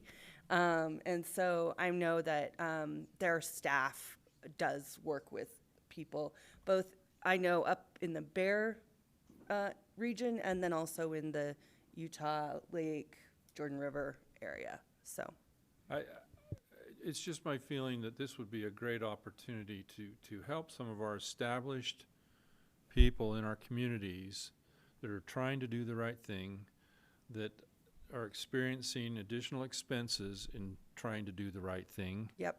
And we're trying to obtain a common goal with Great Salt Lake. And so as our new commissioner comes along, I would hope that maybe we could encourage, I know we're a little limited here, we're looking at what we do. And exactly, I get right. that. Yeah. But I think it's a great opportunity because there's a lot more of this where there's a lot more possibility of helping with the Great Salt Lake in that respect. Right, yep, I agree. And I know that they have quite a bit of funding that they do use for these kinds of projects. And I know, like I said, it would just be to work with the commissioner's office and see what they can do. But I think Do you have a contact at all yeah, that I could? Okay. During the Yeah, break, if you I'll can, let you know. I would Yeah. be more than happy to follow. I appreciate the impact of 87 connections and whatever shares that represents, but I also appreciate that as a board here, I think we could influence this a bit too in trying to promote this concept where we see the projects actually come. We're on the ground floor of that component of it, and the opportunity that may be there for the future, I wouldn't want to look past it. So I would hope that we could maybe encourage it if we agreed to it. I mean, obviously, I'm speaking for myself here. Right. But I just think personally think that's a great opportunity, and it's less of a burden if we could come up with something to help.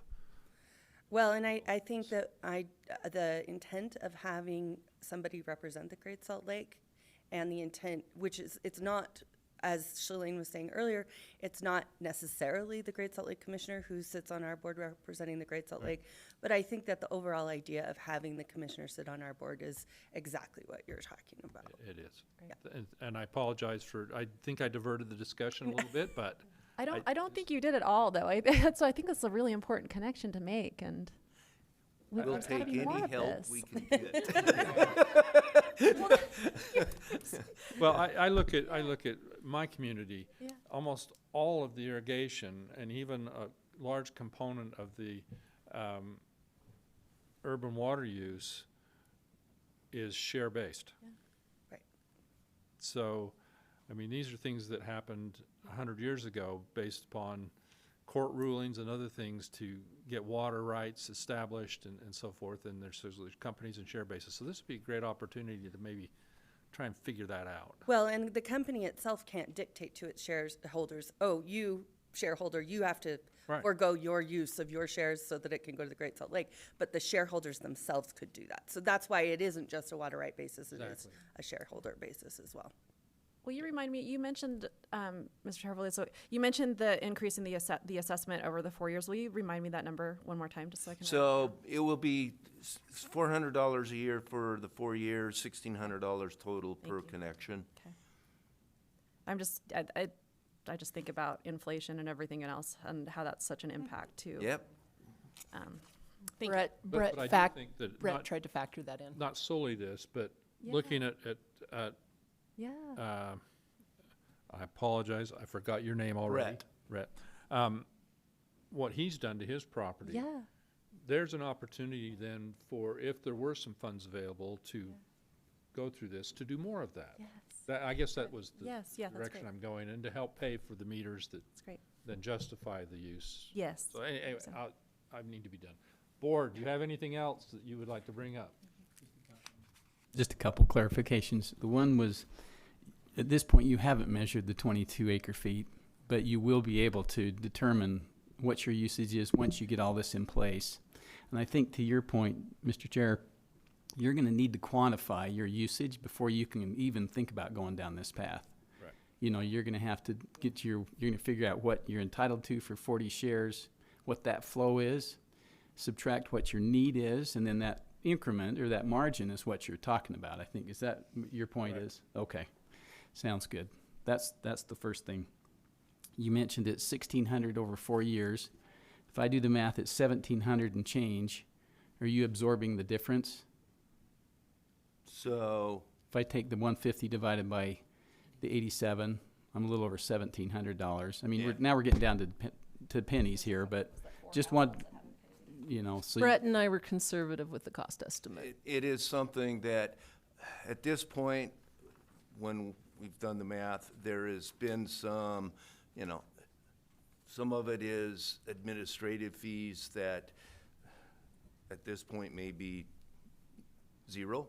That's okay. That's You know, okay. I mean, some of that just kind so of that stuff. you're aware that there's a If we difference. can, yeah, if we can recoup and it's, you know, acceptable to get, you know, reimbursed for some of the administrative fees, then for us, it's icing on the cake, I'm sorry.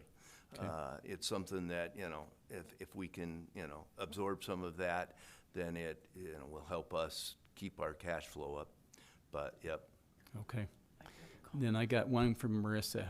Yeah. You've got, Marisa, it's in the applicant responsibilities, this is just an educational question. So on the first one, it says a progressive water rate schedule, and in the third one, it talks about a tiered conservative rate structure. Are we talking about the same thing, or is that something else? Probably gonna have to turn to Shalane and. So it's an either or on number 3. Either do the educational component or bill on that tiered rate, and they're supposed to do the tiered rate. So is tiered rate the same as progressive? Yes. Okay, so do we're we saying need the to same reword thing. that eventually, probably. Okay, Yeah. just making, that was just Yeah. for my information. Thank Okay, you. thank you. Thank you for saying all I that. had. Thank you. Appreciate that. Thank you. Yeah. Dana, you had some questions? Actually, no questions. I just have a small piece of advice. With your folks in the company, do you have it set up, or I recommend that you set it up so that if their meter breaks, that they're responsible to replace them. They do not last forever. They say 20 years, but it's about 10.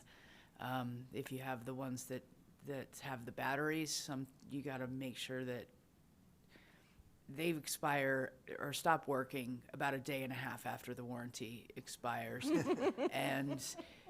and if they start breaking, then you're looking at, you know, reading meters for 2/3 of your subdivision.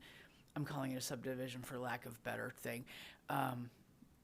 Then trying to get blood from a stone without them knowing ahead of time that they're going to have to pay to replace that meter. And it has to be a certain type of meter because, it fits in the yoke that it goes in and all those things. It's just really good to have that foresight for that. I've been in that situation. And when you're only reading part of the meters and charging people for overages, in my case, for people who use more than what they were entitled to, it's real hard to say that with a straight face when you don't meter everyone. And that is it's a complication that I've been through, and I just recommend that you consider that ongoing maintenance. Thank you. And we have obviously been aware of, we met with a representative from MeterWorks. The Neptune Mach 10 is what we're planning on installing. From everybody I've talked to, it's one of the better meters out there, better. They did give us a 20-year. We have another members meeting planned hereafter in the next couple of weeks to bring everybody up to speed with what we have learned since our last meeting in March, April. And that is one thing, that 20 years. So realistically, we will have to increase our annual assessment in order to ensure that we can start replacing meters 20 years, 10 years, whatever. There will be an annual assessment increase to make sure we have that. And just to, back to your, on the numbers game, we do have a slush fund of about 57,000 right now that we can work with our cash flow in order to keep up with what's going on. We have always tried to keep funds available for emergency maintenance and that kind of stuff. So we do have some extra funds to work with besides just the annual. So. Oh, yes, please. Sorry, Dana's thought or comment made me have one other thought. You know, you may consider, and this is just the thought for you, but when you get done with the 400 for the first 4 years, maybe you drop it to 100 or 200, and you just keep going to build up a reserve. Right. And in lieu of having to have them pay for the meters, I mean, as an alternative, you've got a reserve fund to do that. That's a requirement actually in the law now. Is it? Mhm. Okay. Yeah, it is. We have kind of, for a long time, we've tried to put it's, you know, homeowner responsibility kind of stuff on the, like the stop and waste and that. But it gets real complicated trying to, you know, say, okay, you've got to put that meter in. Well, now I don't have the money today, and so now the whole system suffers. So I think long-term, again, we're going to bring this to the members, but it needs to be you know, if the meter goes out, Brookshire Irrigation Company would replace it, because then everybody, we can adjust our annual assessments to make sure we have funds for those kind of problems versus going to an individual and saying, you know, you've got to get that meter replaced, you have to do this meter.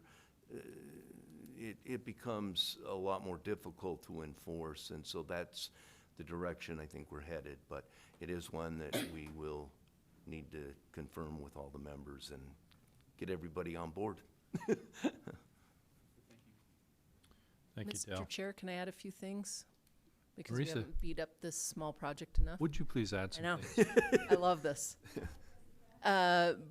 Brett, in the cost estimate, so they're doing it over a 4-year period. So the first concern is the small secondary system meter grant fund that we have going to be around in 4 years? So I already had that discussion with Shalane, who won't be here, may not be here in 4 years. I will be, Brett. Brett's going to step down as president before that. I'm just kidding. Or no, wait, you're going to. No, the deal was this. Ralph gets to be the president, I'll work this.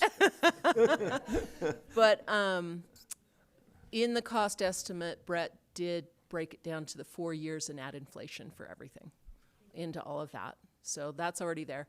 Then we talked about it, and I'm like, okay, you've got some administrative costs that you haven't been charging for. Let's add some of that. And so we made it a pretty $300,000. So there is some contingency, I guess we could call it, in there. Also, are you working with that contractor? I have recently contacted the contractor that we got a bid from originally and sent him a section detail and told him that, you know, providing we get the funds here, the pre-order for the material and the meters, hopefully we can start sometime October 1st installing. So he basically responded that should work. And that's the same contract that worked on Browns Meadow. And so we had, you know, so there were good comments from that and feeling like and contractor also knows it's going to be over a 4-year period. Yes, yep. And my understanding is you all are going to be going out to Lowe's and Home Depot and whatever and finding as many parts as you can, so they're not having to do that. Yeah, kind of with the contractor where it is, I have obtained quotes from local parts houses, both Sprinkler Supply, Sprinkler World, Mountain Land, and we will obtain the components and then give them to the contractor to install. So. And they're going to increase your pay for doing that, right? Yeah, it's going to double. It's going to be at least double. Yeah. And like I said, I'll share half with you. Perfect. And there was a question about the loan. The hard part, well, let me back up. I know someone that works at Taylorsville Benyon Special Service District, and they're within that area. So I did call, and they did try to see if possibly they could help. And unfortunately, it was, we don't want to open a can of worms that, you know. But my understanding is they are the only secondary system inside the Taylorsville Benyon Special Service District. So anyway, if the company doesn't do secondary water, they would start pulling more culinary water from Taylorsville, but I think Taylorsville Benyon, but I don't think it was enough that worried them. The loan. Yeah. The loan, the requirements are they'd have to hire an attorney, which costs money, and figure out easements. And easements on 87 houses. Existing houses. Yeah, and their pump and all of that, and so that gets really so we had that discussion. Okay, thank you. It gets really complicated for a small. Gentlemen, just out of curiosity, how long have each of you lived in your homes? Well, I have lived there for 26 years. Ralph's been there for 50. Burke, 3, 4. Okay, thank you. So just newbies. Yeah, yeah, yeah. So you caught 50, I heard 50 years was one? He's been there since the subdivision. Yeah. He was one of You the. live next to Brett, right? Yep. He has an amazing tree in his Yeah. front yard. It's so cool. And then even 4 years, I mean, you didn't contemplate this even purchasing your house 4 years ago, and certainly, I'm sure, not 50 years ago, so. Okay. Thank you, thanks. Okay, any further questions, comments?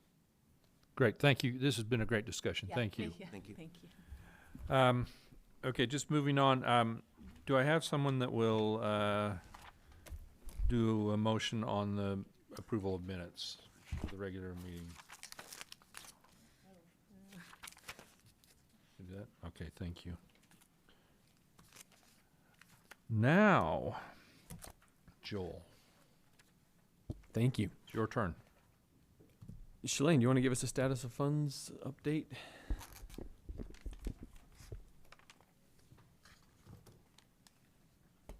Yes, I will, sort of. The eagle eyes in the group probably noticed there wasn't a report in your board folder. and I lost and sleep over it. I'm sure you did, Mr. Jetlag, today. And I also don't have one accurate to hand out to you today. So I will start with an apology that it's just, there's been too much happening, not enough time, not enough information early enough to put it together. So today what you'll get is more of the background information and summary information, and I'll get you specifics when I have it.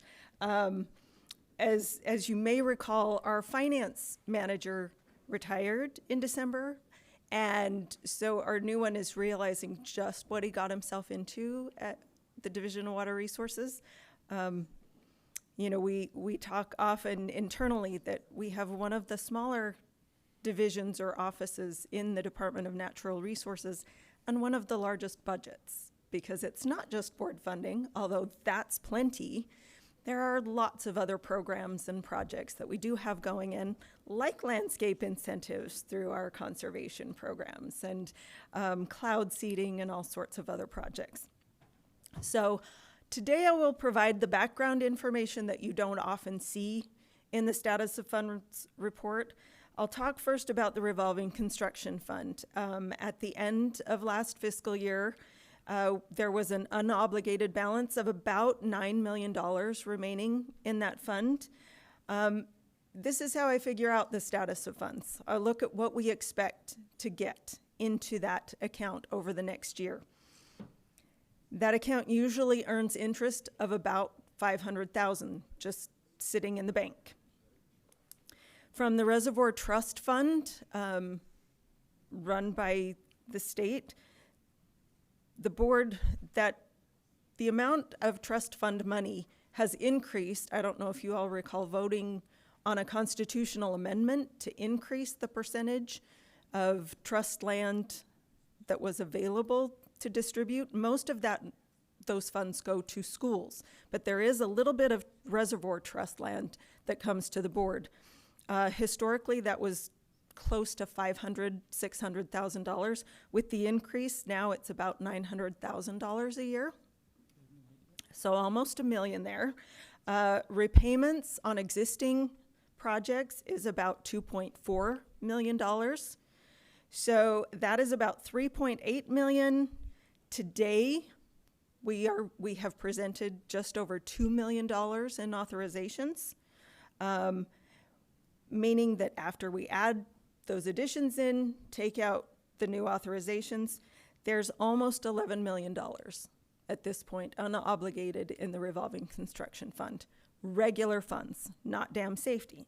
Now moving on to dam safety, you may recall the legislature, the governor recommended and the legislature approved an increase in the ongoing amount for dam safety. So instead of $3.8 million a year, we'll now have $10 million in dam safety funds. Now, while that's really, really great, and it's what we asked for, that's money that comes from the C&D fund to fund dam safety upgrades. So it reduces the amount in the C&D a little bit more. But the dam safety funding, you know, that's managed by our dam safety group, working with water rights. So it just means we can move down that list a little bit faster. Wasn't it anticipated, though, that because of a couple of potential projects that we would get some more from the legislature to not necessarily come out of our C&D? Yes, every once in a while we do request one-time appropriations, and we didn't do that this year. We probably will next, because Joe's Valley is the one coming up we're estimating, somewhere around $30 million will be needed. Okay. And so yes, we will do that, and occasionally they do provide us general funds that are not from the C&D fund. But in our C&D fund, there was a beginning balance at the start of this fiscal year of about $60 million that wasn't authorized or committed to any other project. That account, because even though much of it is obligated, it's not actually paid out on projects, you know, it goes out over time. So there's actually a much larger balance than that sitting in the account. It earns close to $6 million in interest every year. The repayments to the C&D fund are actually about $23 million every year. And of course, that's the fund that gets the sales tax funding. About $49 million this last year came in. It was an increase over the prior years. Although I did just hear a news story that sales were way down in July. So I don't know if we can really expect $49 million this year, but that was what was deposited into the C&D fund last year. Of course, once we subtract out the $10 million for dam safety, we also use those funds, about $5.5 million, for our division's operating budget. That leaves about $33.5 million increase in funds available.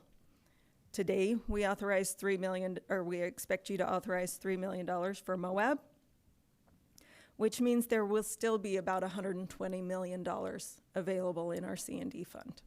So we have a large balance available for projects. And then, of course, our small system secondary meter grant. This one also had a change this last legislative session. We've been getting $2 million every year for those small systems. And because of what ARPA has been able to do for secondary meters, the legislature cut that to $1 million every year, which, while we didn't love, we thought it made sense, especially where meters are supposed to be done by 2030 anyway. So hopefully we won't even need that full $1 million for too many more years. I would like to note that that question you asked, Dale, about the two requirements, and aren't they saying the same thing? I did have to go back and look, and yes, you're right, they are exactly the same thing. What happened, requirement number 3 came back when we first started getting these small system grant funds, and the requirement was put in the grant part of the code that they had to either educate or charge on a tiered rate. Then, in recent years, the legislature modified the statute that every secondary connection, if it's a new connection or a new service after 2025, has to be charged on a tiered rate, or if once an entire system is metered, then they have to charge on a tiered rate. So they put that just in the secondary meter code, not specifically the grant portion of the code. So we missed that, oh, it's just a requirement now. We probably don't need the other one, but the other one's a holdover. It existed before. So thanks for catching that. Now we'll pay attention. So in our small system secondary meter grant funds, at the end of the last fiscal year, we had just over $200,000 available still. So now we add that 1 million in. Today we are asking you to authorize and commit almost 400,000. So we'll still have about 800,000 available for small system secondary meter grants. And that is my status of funds report. Any questions? Okay, thank you.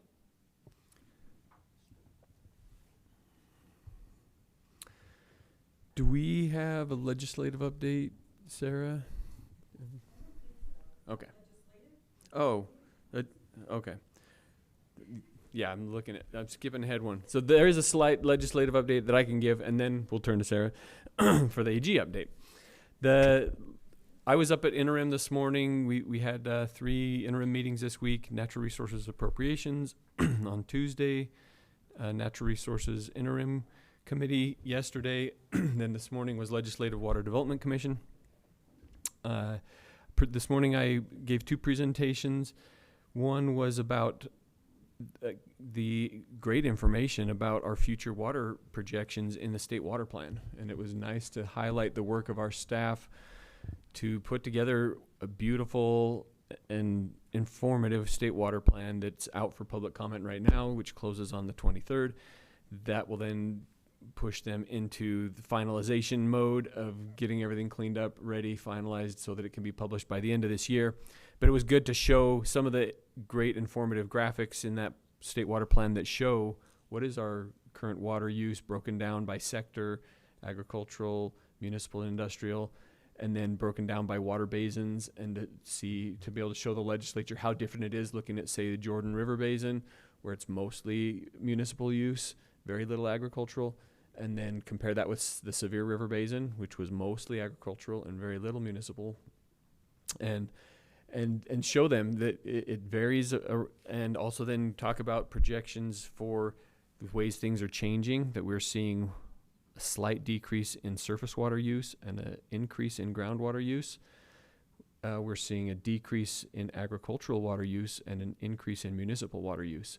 But that interestingly, the total water use hasn't changed very much since 1989. Since then, we're using about the same amount of water. It is slightly shifting how we're using it. A little less surface, more ground, and a little less agriculture and more municipal. And then trying to make projections based on what do we see for the future. We know that climate is warming, that precipitation may remain the same, but it may be less snow and more rainfall. And then we're seeing evapotranspiration rates increasing along with the temperature. So that brings us to project that by 2060, we do forecast deficit in the state. And that deficit, we have some control over how much deficit occurs. If we continue to promote and implement conservation practices, that deficit could be much smaller, in fact 80% smaller than if we kind of plateau at where we're at. Say, hey, we've done some good things, we've made some strides, and then coast into the future.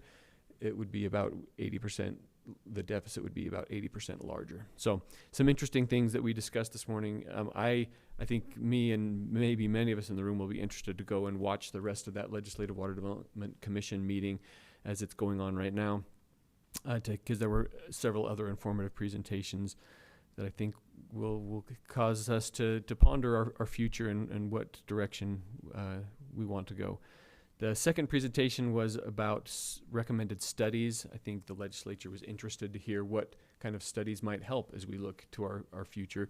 And the ones that they wanted to hear about today were particularly about water. And so we mentioned one which would be tied to efficiency of and kind of looking at our conservation savings. As we discussed today, meters are being installed. We're now going to have better information than we've ever had, and we can rely less on estimates and more on actual data. And so that's one of the areas we would like to do some study on, and we were proposing a 5-year analysis that's looking at secondary metering data. Also, conversions of landscapes. As someone converts from a water-wise or to a water-wise landscape, how much water are they actually saving? We have estimates that we can throw out of like, oh, a water-wise landscape uses 2/3 less water. But we now that we have meters, we can hopefully have harder numbers and show, oh, this is actually what it is, and how it varies from region to region. You know, what are they saving down in Washington County versus, say, up in Cache County? And come up with better analysis, and that can help us as we look to the future. So that was one of the studies we recommended. We recommend some supply and demand analysis. We need to improve our water budget for agricultural water, getting a better feel for how much water is being diverted and how much is being depleted. And then also looking at supply augmentation and diversification, knowing that there's still infrastructure that needs to be either improved or installed. We you know, as we've looked at in the past at reservoir sites, you know, are there things that we can do to either maintain or increase our storage? I think the dam safety program is critical in there, of maintaining the existing storage we have and being able to do it in a safe way. And then there's that interesting concept of groundwater, and that was another one of the studies we discussed. Of, I think there's a lot of interest from both Division of Water Rights, Utah Geological Survey, and Water Resources on getting more information about our groundwater. There's a lot that we do know, and there's a lot that we still don't know. And so those are some of the studies that were discussed, and then they excused me, and I was able to run back here. So I'll be interested to go back and listen and see if there's further discussion amongst that group. Let's go now to Sarah for the Attorney General update.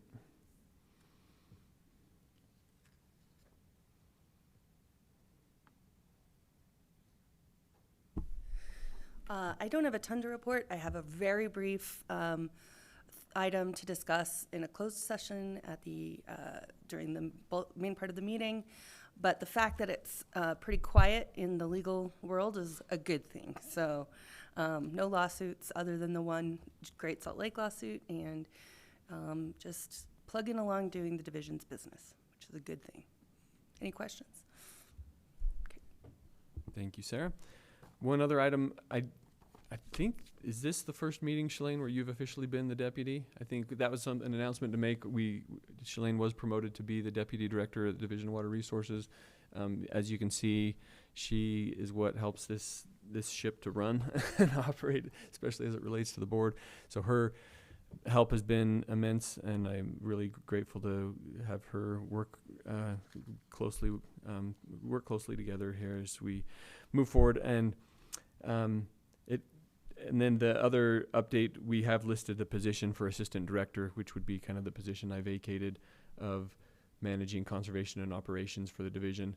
We have 177 applicants for that position that I'm going through resumes right now. And we have some really great internal candidates, and it'll be, that's the good news of having that many applicants, is that we're going to get a great person. So that's my update, Mr. Chair. Okay, well, thank you, Joel. Sounds great. Dana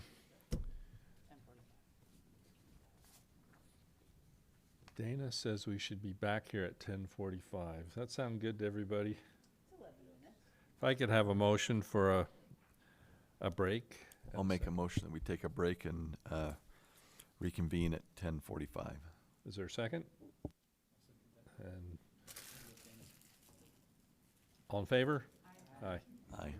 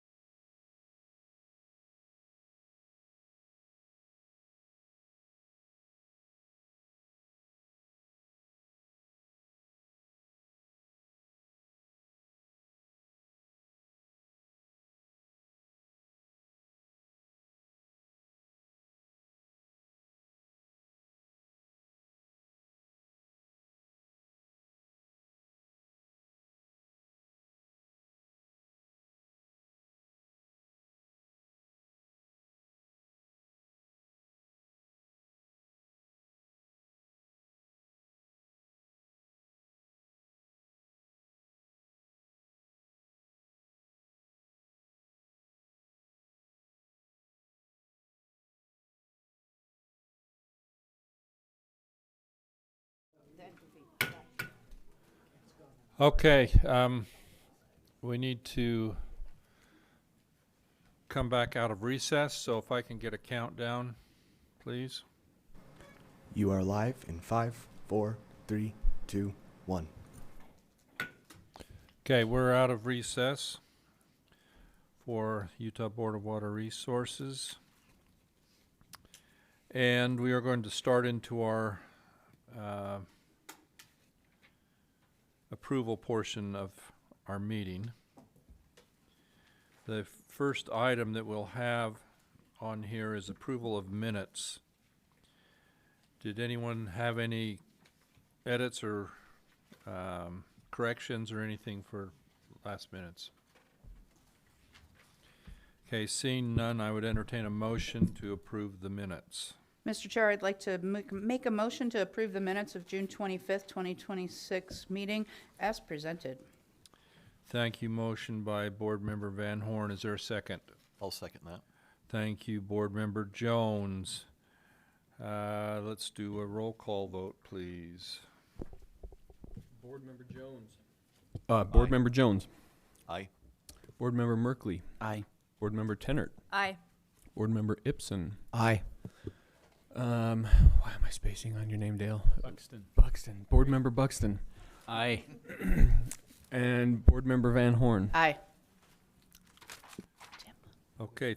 Tim. Oh, Tim. I didn't realize. Board Member Board Hawks. Member Hawks online. I just checked with Shalane because I was wondering if he was still on. I don't think he is. I don't think he realizes the change that we've made where the motions come later. So he's. Oh, has he? Okay. Well, he's not on. Not on. Okay. Okay, so we don't have Board Member Hawks with us right at the moment. Okay. That is correct. Thank you. Then that motion passes, and that is approved. So now roll call is not necessary. So. For board actions, first item, RE 506, Moab City. Any additional questions or discussions about the project? Seeing none, do we have a motion? Mr. Chair, I'd like to make a motion that the board authorize 52.1% of the project cost up to $3 million and that the bonded indebtedness be returned at 3.72% interest over 15 years with annual payments of approximately $287,000, including reserves. We have a motion by Board Member Van Horn. Do we have a second? I can second that. Board Member Buxton has seconded it.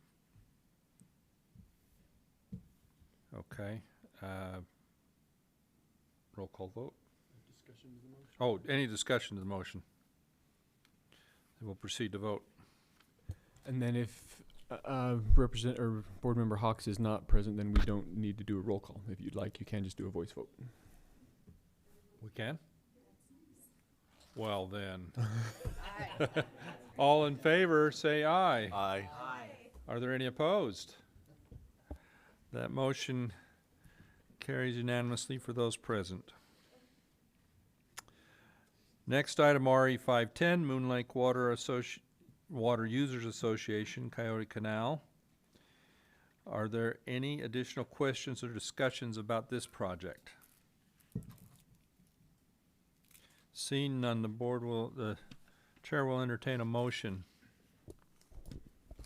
Mr. Chairman, I move that the board authorize 32.3% of the project cost, up to $829,000, and that the project be purchased at 0% interest over 25 years, with annual payments of approximately $33,160. We have a motion. Is there a second? I'll second that. Second by Board Member Jones. All in favor? Aye. Aye. Aye. Any opposed? Aye. Motion carries unanimous for those present. Next item, RE 512, Uintah Basin Irrigation Company. Or 11, excuse me, for 2 Moon Lakes, so I skipped one. RE 511, Moon Lake Water Users Association, Yellowstone Canal. Are there any additional questions or discussions on this project? Seeing none, Chair would accept a motion. Mr. Chair, I would move that the board authorize 31.4% of the project cost up to $702,000, and that the project be purchased at 0% interest over 25 years with annual payments of approximately $28,100. We have a motion. Do we have a second? I'll second that. Board Member Jones no, that was Board Member Merkley that made the motion. Board Member Jones the second. All those in favor, aye? Aye. Any opposed? Aye. Motion passes, unanimous of those present. Now we're at RE 512, Uintah Basin Irrigation Company. Any additional questions or discussions about this project?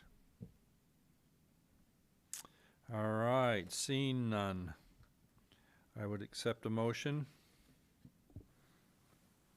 Mr. Chairman, I would move that the board authorize 10.2% of the project cost up to $233,000, and that the project be purchased at 0% interest over 25 years with annual payments of approximately $9,320. We have a motion by Board Member Merkley. Do we have a second? Board Member Ibsen seconds that. All in favor, aye? Aye. Aye. Any opposed, aye. Motion passes unanimous of those present. Next item, RE 513, South Boneta Irrigation Company. Any additional questions or discussions on the project? Do you want me to? Yeah, just, I think I've been able to talk to all of you, on the cost sharing portion, where there was a surprise by South Boneta about the $366,000 for 4 shareholders. That was flipped. So that is that grant amount. So the amount from the company is $57,000, and I think 3.9%. Does not change the motion. Chair, I just had a point of clarification for our AG, where this was advertised and published a certain way. Is there any issues of us moving forward of changing that order or the obligation of the applicant at all? Okay. Okay. Okay. Any other questions? Not, the chair will entertain a motion. Okay, now that our water users can sleep at night, I will move that we authorize 27.6% of the project cost up to $323,000, and that the project be purchased at 0% interest over 20 years with annual payments of approximately $16,150. We have a motion, Board Member Merkley. Is there a second? Board Member Buxton seconds that. All in favor, aye? Aye. Aye. Any opposed, aye. Motion carries unanimous of those present. Okay, next item. RE 488, North Creek Irrigation Company of Mount Pleasant. Any additional questions or discussions on this project? Seeing none, the chair will entertain a motion. Mr. Chair, I move that the board commit 8.3% of the project cost up to $500,000, and that the project be purchased at 0% interest over approximately 25 years with annual payments of $20,000. I'll second that. We have a motion, Board Member Ibsen, and a second, Board Member Van Horn. All in favor, aye? Aye. Any opposed, aye. Motion is unanimous in the affirmative for those present. Next item, RE 508, Centerfield City. Any additional questions or discussions on this project?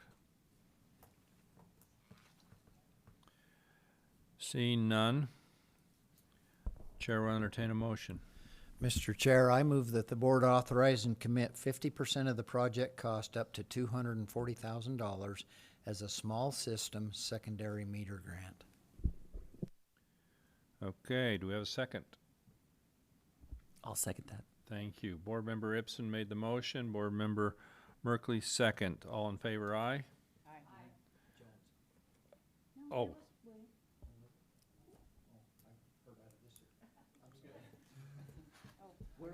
I got new hearing aids. Okay.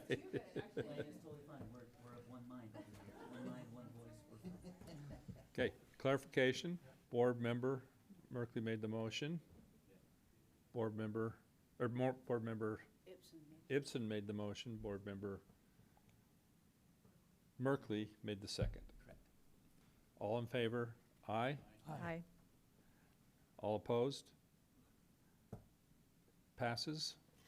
All present. Okay.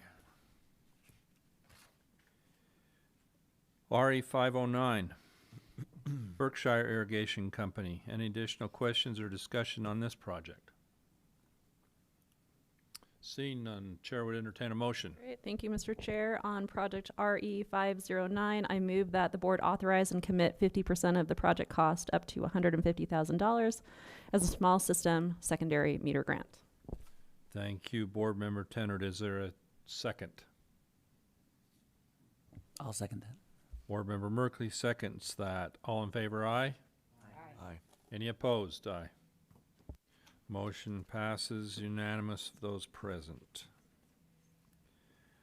Okay, that covers those issues. Now we'll turn over to the director's report. Thank you, Mr. Chair. A couple more items to talk about. The drought conditions across the state have, persisted, I guess is the right word. They have not necessarily worsened or improved, but have persisted. And we have seen the monsoon moisture come in and affect certain areas and help some areas. I think those that receive it are grateful. And then there's also the double whammy that some areas where they've had a fire and then you get a monsoon on top of it and you get the horrible debris flows and flooding. And so it's been tragic for some of those communities that have already faced a horrible emergency with the fire and then to have to face another with the flood. And it's been, as always with these emergency situations, the outpouring of effort to communities to come together has been encouraging. And then there's been the tragic fatalities with firefighters, the 4 on the Utah-Colorado border, and then the 2 helicopter pilots that sadly perished.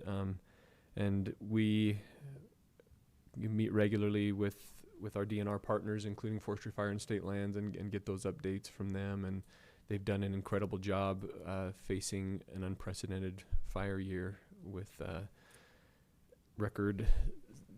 multiple record-setting fires in just the scale of it. And then we are approaching record territory also with the total acreage burned in the state. And we're not done yet. Jamie Barnes, the Director of Forestry, Fire, and State Lands, soon to be the new DNR Director, mentioned that she hopes that the fires are obedient and end at the end of the fire season at the end of October. That they know their end date. We wanted to talk just a little bit about some conservation updates. We've been having the conservation team been putting on some successful webinars where they talk about various things of how to water trees on a drip system, how to deal with pests and weeds, and the next one will be on how to best use your smart controller. We've seen people that go ahead and do the right thing and install a smart irrigation controller, but then maybe don't take advantage of all the features they have. So this will be a webinar on the 26th at noon, and they're all recorded, so you can go back and watch them after the fact as well. But there may be features that people didn't know existed on their smart controller that with the press of a few buttons they can get additional benefits. We wanted to make the board aware that I think this is somewhat as a result of the budget cuts that we faced last year. They did cut some of our secondary metering budget, as was mentioned, as well as some of our water conservation rebates budget. And our decision was to phase out the toilet the toilet rebate that we do. We think that maybe it's been around long enough that those that had the pre-1995, I want to say, toilets have had the chance to convert those, and we've seen a lot of them, but they are tapering off. And then there's also the concept that the indoor water savings is not as impactful as the outdoor water savings, because the indoor water does still get captured by a wastewater treatment plant, cleaned and then returned to the natural system, whereas it's the outdoor water uses where we see the depletions. And so kind of taking the remaining conservation funding that we have and focusing it towards those outdoor rebates, like smart controllers. And so that's one shift, that we will continue to accept toilet applications through October 31st. And so we're trying to get the word out to let people know if they still want to do it. There's still a window of time available to do that. We have several conservation events coming up. The Conservation Garden Park Festival in West Jordan will be on August 29th. The Latino Conservation Week, September 12th, at the Tracy Aviary. We'll have a booth there from 2 to 6. Delta Community Night Out at Delta City Park on September 14th. We'll have some. We like to take advantage of these community events to have a booth, to go out there. I find that these person-to-person conversations are sometimes really impactful. And then somebody learns helpful information and then can share it with their neighbor, and it's more effective than, say, putting something out there, hoping somebody sees it, maybe online or on a billboard. But when we know that those conversations are happening in person, I think there's a lot of impact there. So that's why we try to attend these community events, and our conservation team does a great job of that. Wanted to mention there's an Upper Bear River tour for the Bear River Commission coming up on September 11th. We have a couple of staff members, Jake Sarago and Tom Moore, that will be attending that. Colorado River update. We've had a couple of Colorado River meetings this week.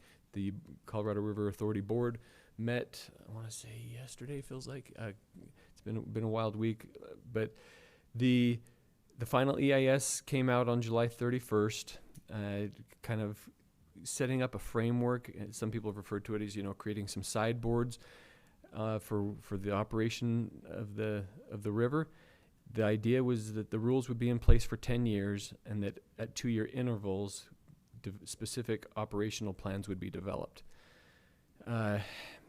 We still have yet to receive the record of decision or the 2-year operating guidelines, unless they came out today, which I haven't been following, but they could come out any day. The record of decision and the 2-year operating guidelines. But some of the things that the sideboards that I mentioned have been set up would be setting a minimum release from Lake Powell of 5 million acre feet, so that in really bad year like this year, there could be a lower release than typical. And then setting a maximum release from Lake Powell of 12 million acre feet. Establishing a lower basin shortage of up to 3 million acre feet. And also mentioning drought response operations type releases from the upper initial units, including Flaming Gorge, as we saw this year. That was part of their plan to keep Lake Powell above Power Pool, and that was also something that was included in the final EIS as well, that ability to still draw on those upper initial units. Obviously, Utah has concerns about that you don't want to send good water after bad, and to a reservoir that still may hit those critical elevations. But that a lot of this is actually, interestingly, still needing to be decided and negotiated. And I think that's partly what we're seeing from the Bureau of Reclamation, is the hope that the basin states can still come to agreement. And I think that's the plan with these 2-year operating plans, would be hoping that there can be some consensus reached. And I think for now, since that hasn't happened, the 7 states are looking to reclamation to say this is how it's going to be operated, and that will need to happen before October 1st, when the new operating guidelines need to be in place. And so I think that's right now what's happening, is the states looking for that, and then the reclamation looking back to the states saying we're hoping you guys can also come up with some hard agreements amongst yourselves. But that's the situation we're in right now. I don't know that anybody foresaw that that's where things would be, on the Colorado River, but here we are. I will mention that the next meeting on October 8th, the plan is to be down in Blaine's area and have a tour, including Sevier Bridge Dam, and that we'll have additional details come out for that on the tour would be on October 7th, the day before the board meeting. And then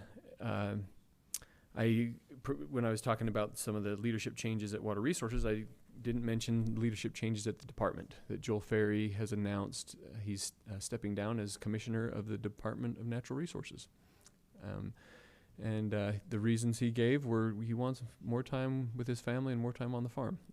And so as we've seen, these leadership positions, especially at that level, take a lot of time from individuals. And so we understand that. And then another announcement came shortly thereafter of Todd Adams is also retiring from serving as deputy at the Department of Natural Resources. And his retirement will be September 1st. So there'll be a lot of changes around this area. And the new commissioner will be Jamie Barnes over Natural Resources, and she has yet to name, some of the additional staff.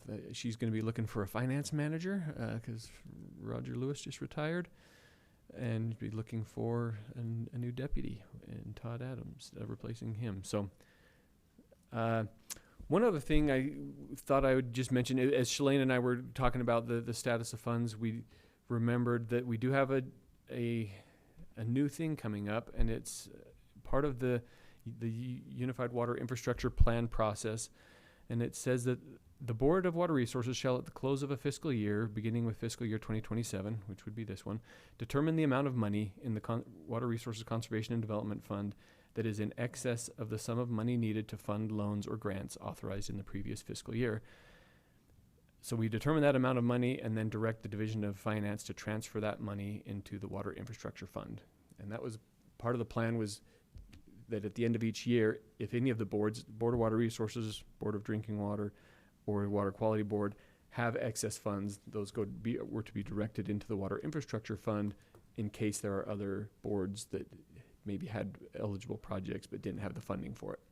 So that will be starting this year. And so as part of kind of developing the status of funds, Shalane and I will be looking at what those amounts are and then present some recommendations to you all as to what, I think that's the meat of the matter there, is determining what is needed for loans and grants that are already authorized. So kind of determining what is that amount that we say, hey, that's already called for, or that has a use, and then determining if there is any excess that could be diverted over to the Water Infrastructure Fund. And as was presented, I think last board meeting, when new funding comes into the Water Infrastructure Fund, it then gets dispersed out so some of that would come back to the board for use for additional projects. But I think it's a way of trying to hope that there's not a board that's just sitting on funds that could be used for water projects in the state that aren't. So any questions on any of that? One, how do you determine excess? That's the $64,000 question, but I'm just saying,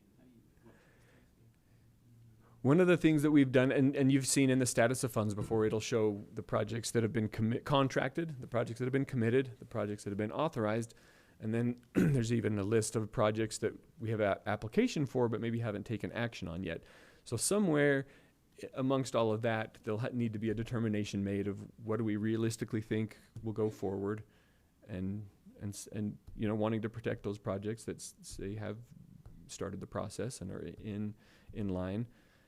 To not give those funds away, so that then when they are ready, say, okay, now I'm ready to come for my committal, say, oh, sorry. We want to make sure we protect those.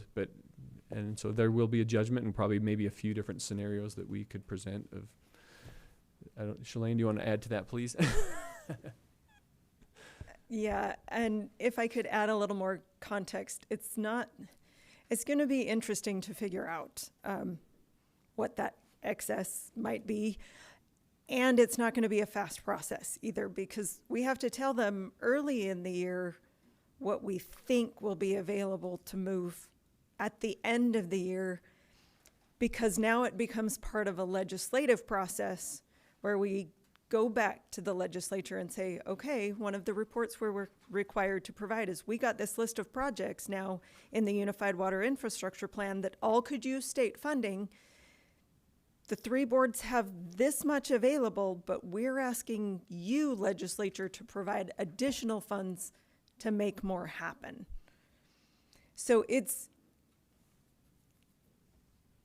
could possibly slow things down a little bit for some water projects, but I think our hope is that we'll look over what the board has been able to fund over the last few years.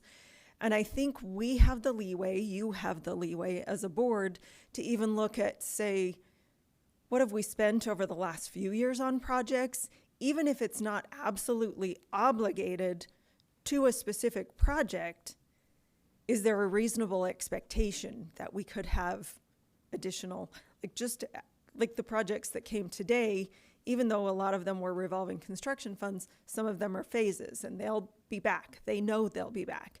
And we have entities that have said, Davis and Weber County's Canal Company is one that have said, okay, we'll put our project in the portal, we'll get on your list, but we're never gonna rank high enough to qualify for grant money. Can we just keep coming to your board? And a lot of their projects are C&D projects. They have their plans, they know what they're doing. We'll just probably look at that list and say, these entities are gonna proceed with their projects, whether they get grant funding or regular board funding, and consider that in what might be necessary to fund those projects. Because no other board can fund secondary water projects, ag projects. I mean, the Department of Ag and Food can do some, but a big source of funding is this board. So I think we'll look at that. So we'll look at applications, projects actually authorized or committed, in addition to projects on that list that are hoping for funding in the near future, and be able to say, this is how much we need to retain in board funds to continue operating as we'd like, and the rest could be consolidated into that water infrastructure fund. Just one observation, dam safety on all the dams in the state coming out of the C&D like it is, there's not enough money in that fund if they would use the C&D money we have to do the rehabs that are required on the dams. So, that. Yeah, that's another one, until there's a change in legislation, because money for dam safety upgrade grants can only be what's appropriated. And what's appropriated now is $10 million a year. So that's what we have.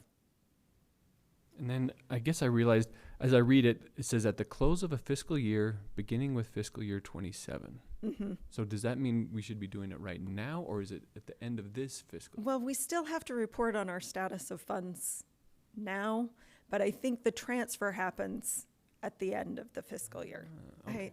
I mean, there's still so much in this process to figure out. We did have to already go through our budget request, official submitting to the governor's office of what funding we need. On behalf of the Water Development Coordinating Council, we submitted a request for $100 million in water infrastructure funds. We've already been told that's probably not going to happen, and I think we already knew that.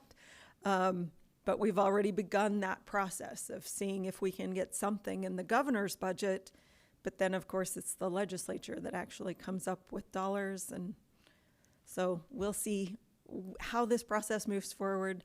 As Candace often said, we're still building this plane as it's ready for takeoff. So we just keep moving along, but we will keep you informed every step of the way.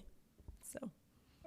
One of the challenges I see with this is, with the Olympics coming, our steps are some of the first that have to be taken to fulfill some of the needs that others are going to come up with in the next few years before that happens. And if it doesn't happen, that really throws a kink in some of the things that will need to be done. It could, that's for sure. And that's why I think sometimes it's easy, at least for some of us, to get frustrated that transportation seems to get an awful lot of money anytime they need it. And water is just kind of, well, you're over there, you're fine. So we'll see if this new process, I said they started to take a step in the right direction when the legislature made appropriations for specific water projects in this last session. They put that money into the Water Infrastructure Fund instead of giving it to the different agency that might oversee it. So they were reminded that that fund exists, but they still gave money for specific projects. Now we'll hope they'll start to look at, okay, there's a list of projects already that need funding. How about we just take a chunk of money and put it in that account and let the council decide where it should go. So hopefully and that's one of the recommendations we're starting to make in legislative meetings is support this unified water infrastructure plan by investing in the Water Infrastructure Fund. So thank you all.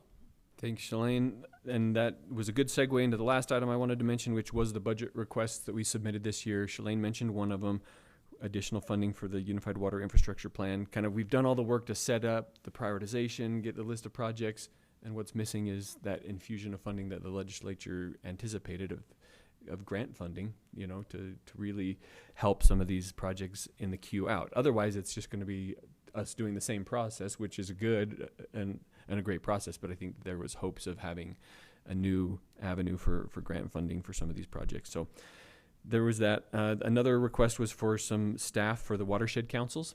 Carly Payne in our office is right now the only staff for watershed councils, and she's done an amazing job helping to get them all set up and trying to be somewhat of an administrative assistant for each of them. And with 12, 13 councils across the state, it's a big challenge for her to do that effectively. The other councils have recognized they need help. It's all a volunteer-run organization, and you're oftentimes asking the same people to volunteer for a watershed council meeting and a UDAF conservation district meeting and a DEQ regional meeting. You're trying to get the same people out for each of these, and we realized having some staff could be helpful, and then also doing some better coordination. Where could we have the conservation district meeting and the watershed council meeting maybe on the same night, so that the people, they only have to come out to one meeting and have better efficiency that way. So we've asked for 4 staff. 3 of them would be the roving planners, kind of helping do that coordination, and 1 administrative helper. We'll see if that's honored, but I know those discussions are also happening even after I left the Legislative Water Development Commission. Carly and Scott Paxman were sitting there. They were going to be giving a presentation later with that same request in it. Third budget request we submitted was for additional aqueduct resilience funding. We received $50 million a few years ago to kind of help, and I believe some of us have seen some of these projects, you know, at the mouth of Provo Canyon in Orem, where they're helping to reroute one of those major aqueducts that crosses the fault line in a way that it could survive a rupture of the earth there, and be able to move and still provide water. So there's multiple aqueducts that cross these fault lines along the Wasatch Front, and there's still more need. And so we are submitting a budget request for $358 million, just a small amount of money. Again, saying, yes, this is the amount, and if it were provided, it could all be put to use immediately, addressing all of these. But as similar to last time, there was a large request and we received $50 million. It may be something similar this year. It'll probably depend on how those numbers come in on the state budget, if they feel like there's money for things like this. But it's one of those constant needs that you just, as long as we don't have an earthquake, it's okay. But once we do, there could be some major disruptions. And so that was the third one. The last one was some state water plan funding. I'm trying to remember the exact dollar amount in my mind, around $300,000 to do additional study and kind of work groups to, you know, we've taken the state water plan to a new level this year, and it's thrilling, and they have visions for taking it even further and doing additional modeling and coordination. And so a request for some additional resources to make those improvements. Those are the ones that will be turning in. They've been turned into the governor's office. We'll wait and see if they make the governor's budget, and then see what happens beyond that with the legislature. But that's my update for today, Mr. Chair. Thank you. Okay, and we covered the dates of the upcoming events. We do have need of a closed session today. So I would entertain a motion to go. Mr. Chair, I'd like to make a motion that we go into closed session to discuss pending or reasonably imminent litigation as per Utah Code Section 52-4-2051C. Okay, so we have a motion. Is there a second? I'll second that. Who was that? Was that William? Spencer. Oh, Spencer. Sorry. Blurry vision here. We have a motion by Board Member Ibsen and a second by Board Member Jones. We'll need a roll call vote on this for a closed session. Director? Thank you. Sorry. Board Member Jones. Aye. Board Member Merkley. Aye. Board Member Tennert. Aye. Board Member Ibsen. Aye. Board Member Buxton. Aye. Board Member Van Horn. Aye. And I'm assuming we still don't have Board Member Hawks. Okay. Okay, so as soon as we hear from our media people, we'll go into that session. Yes. So thank you. He's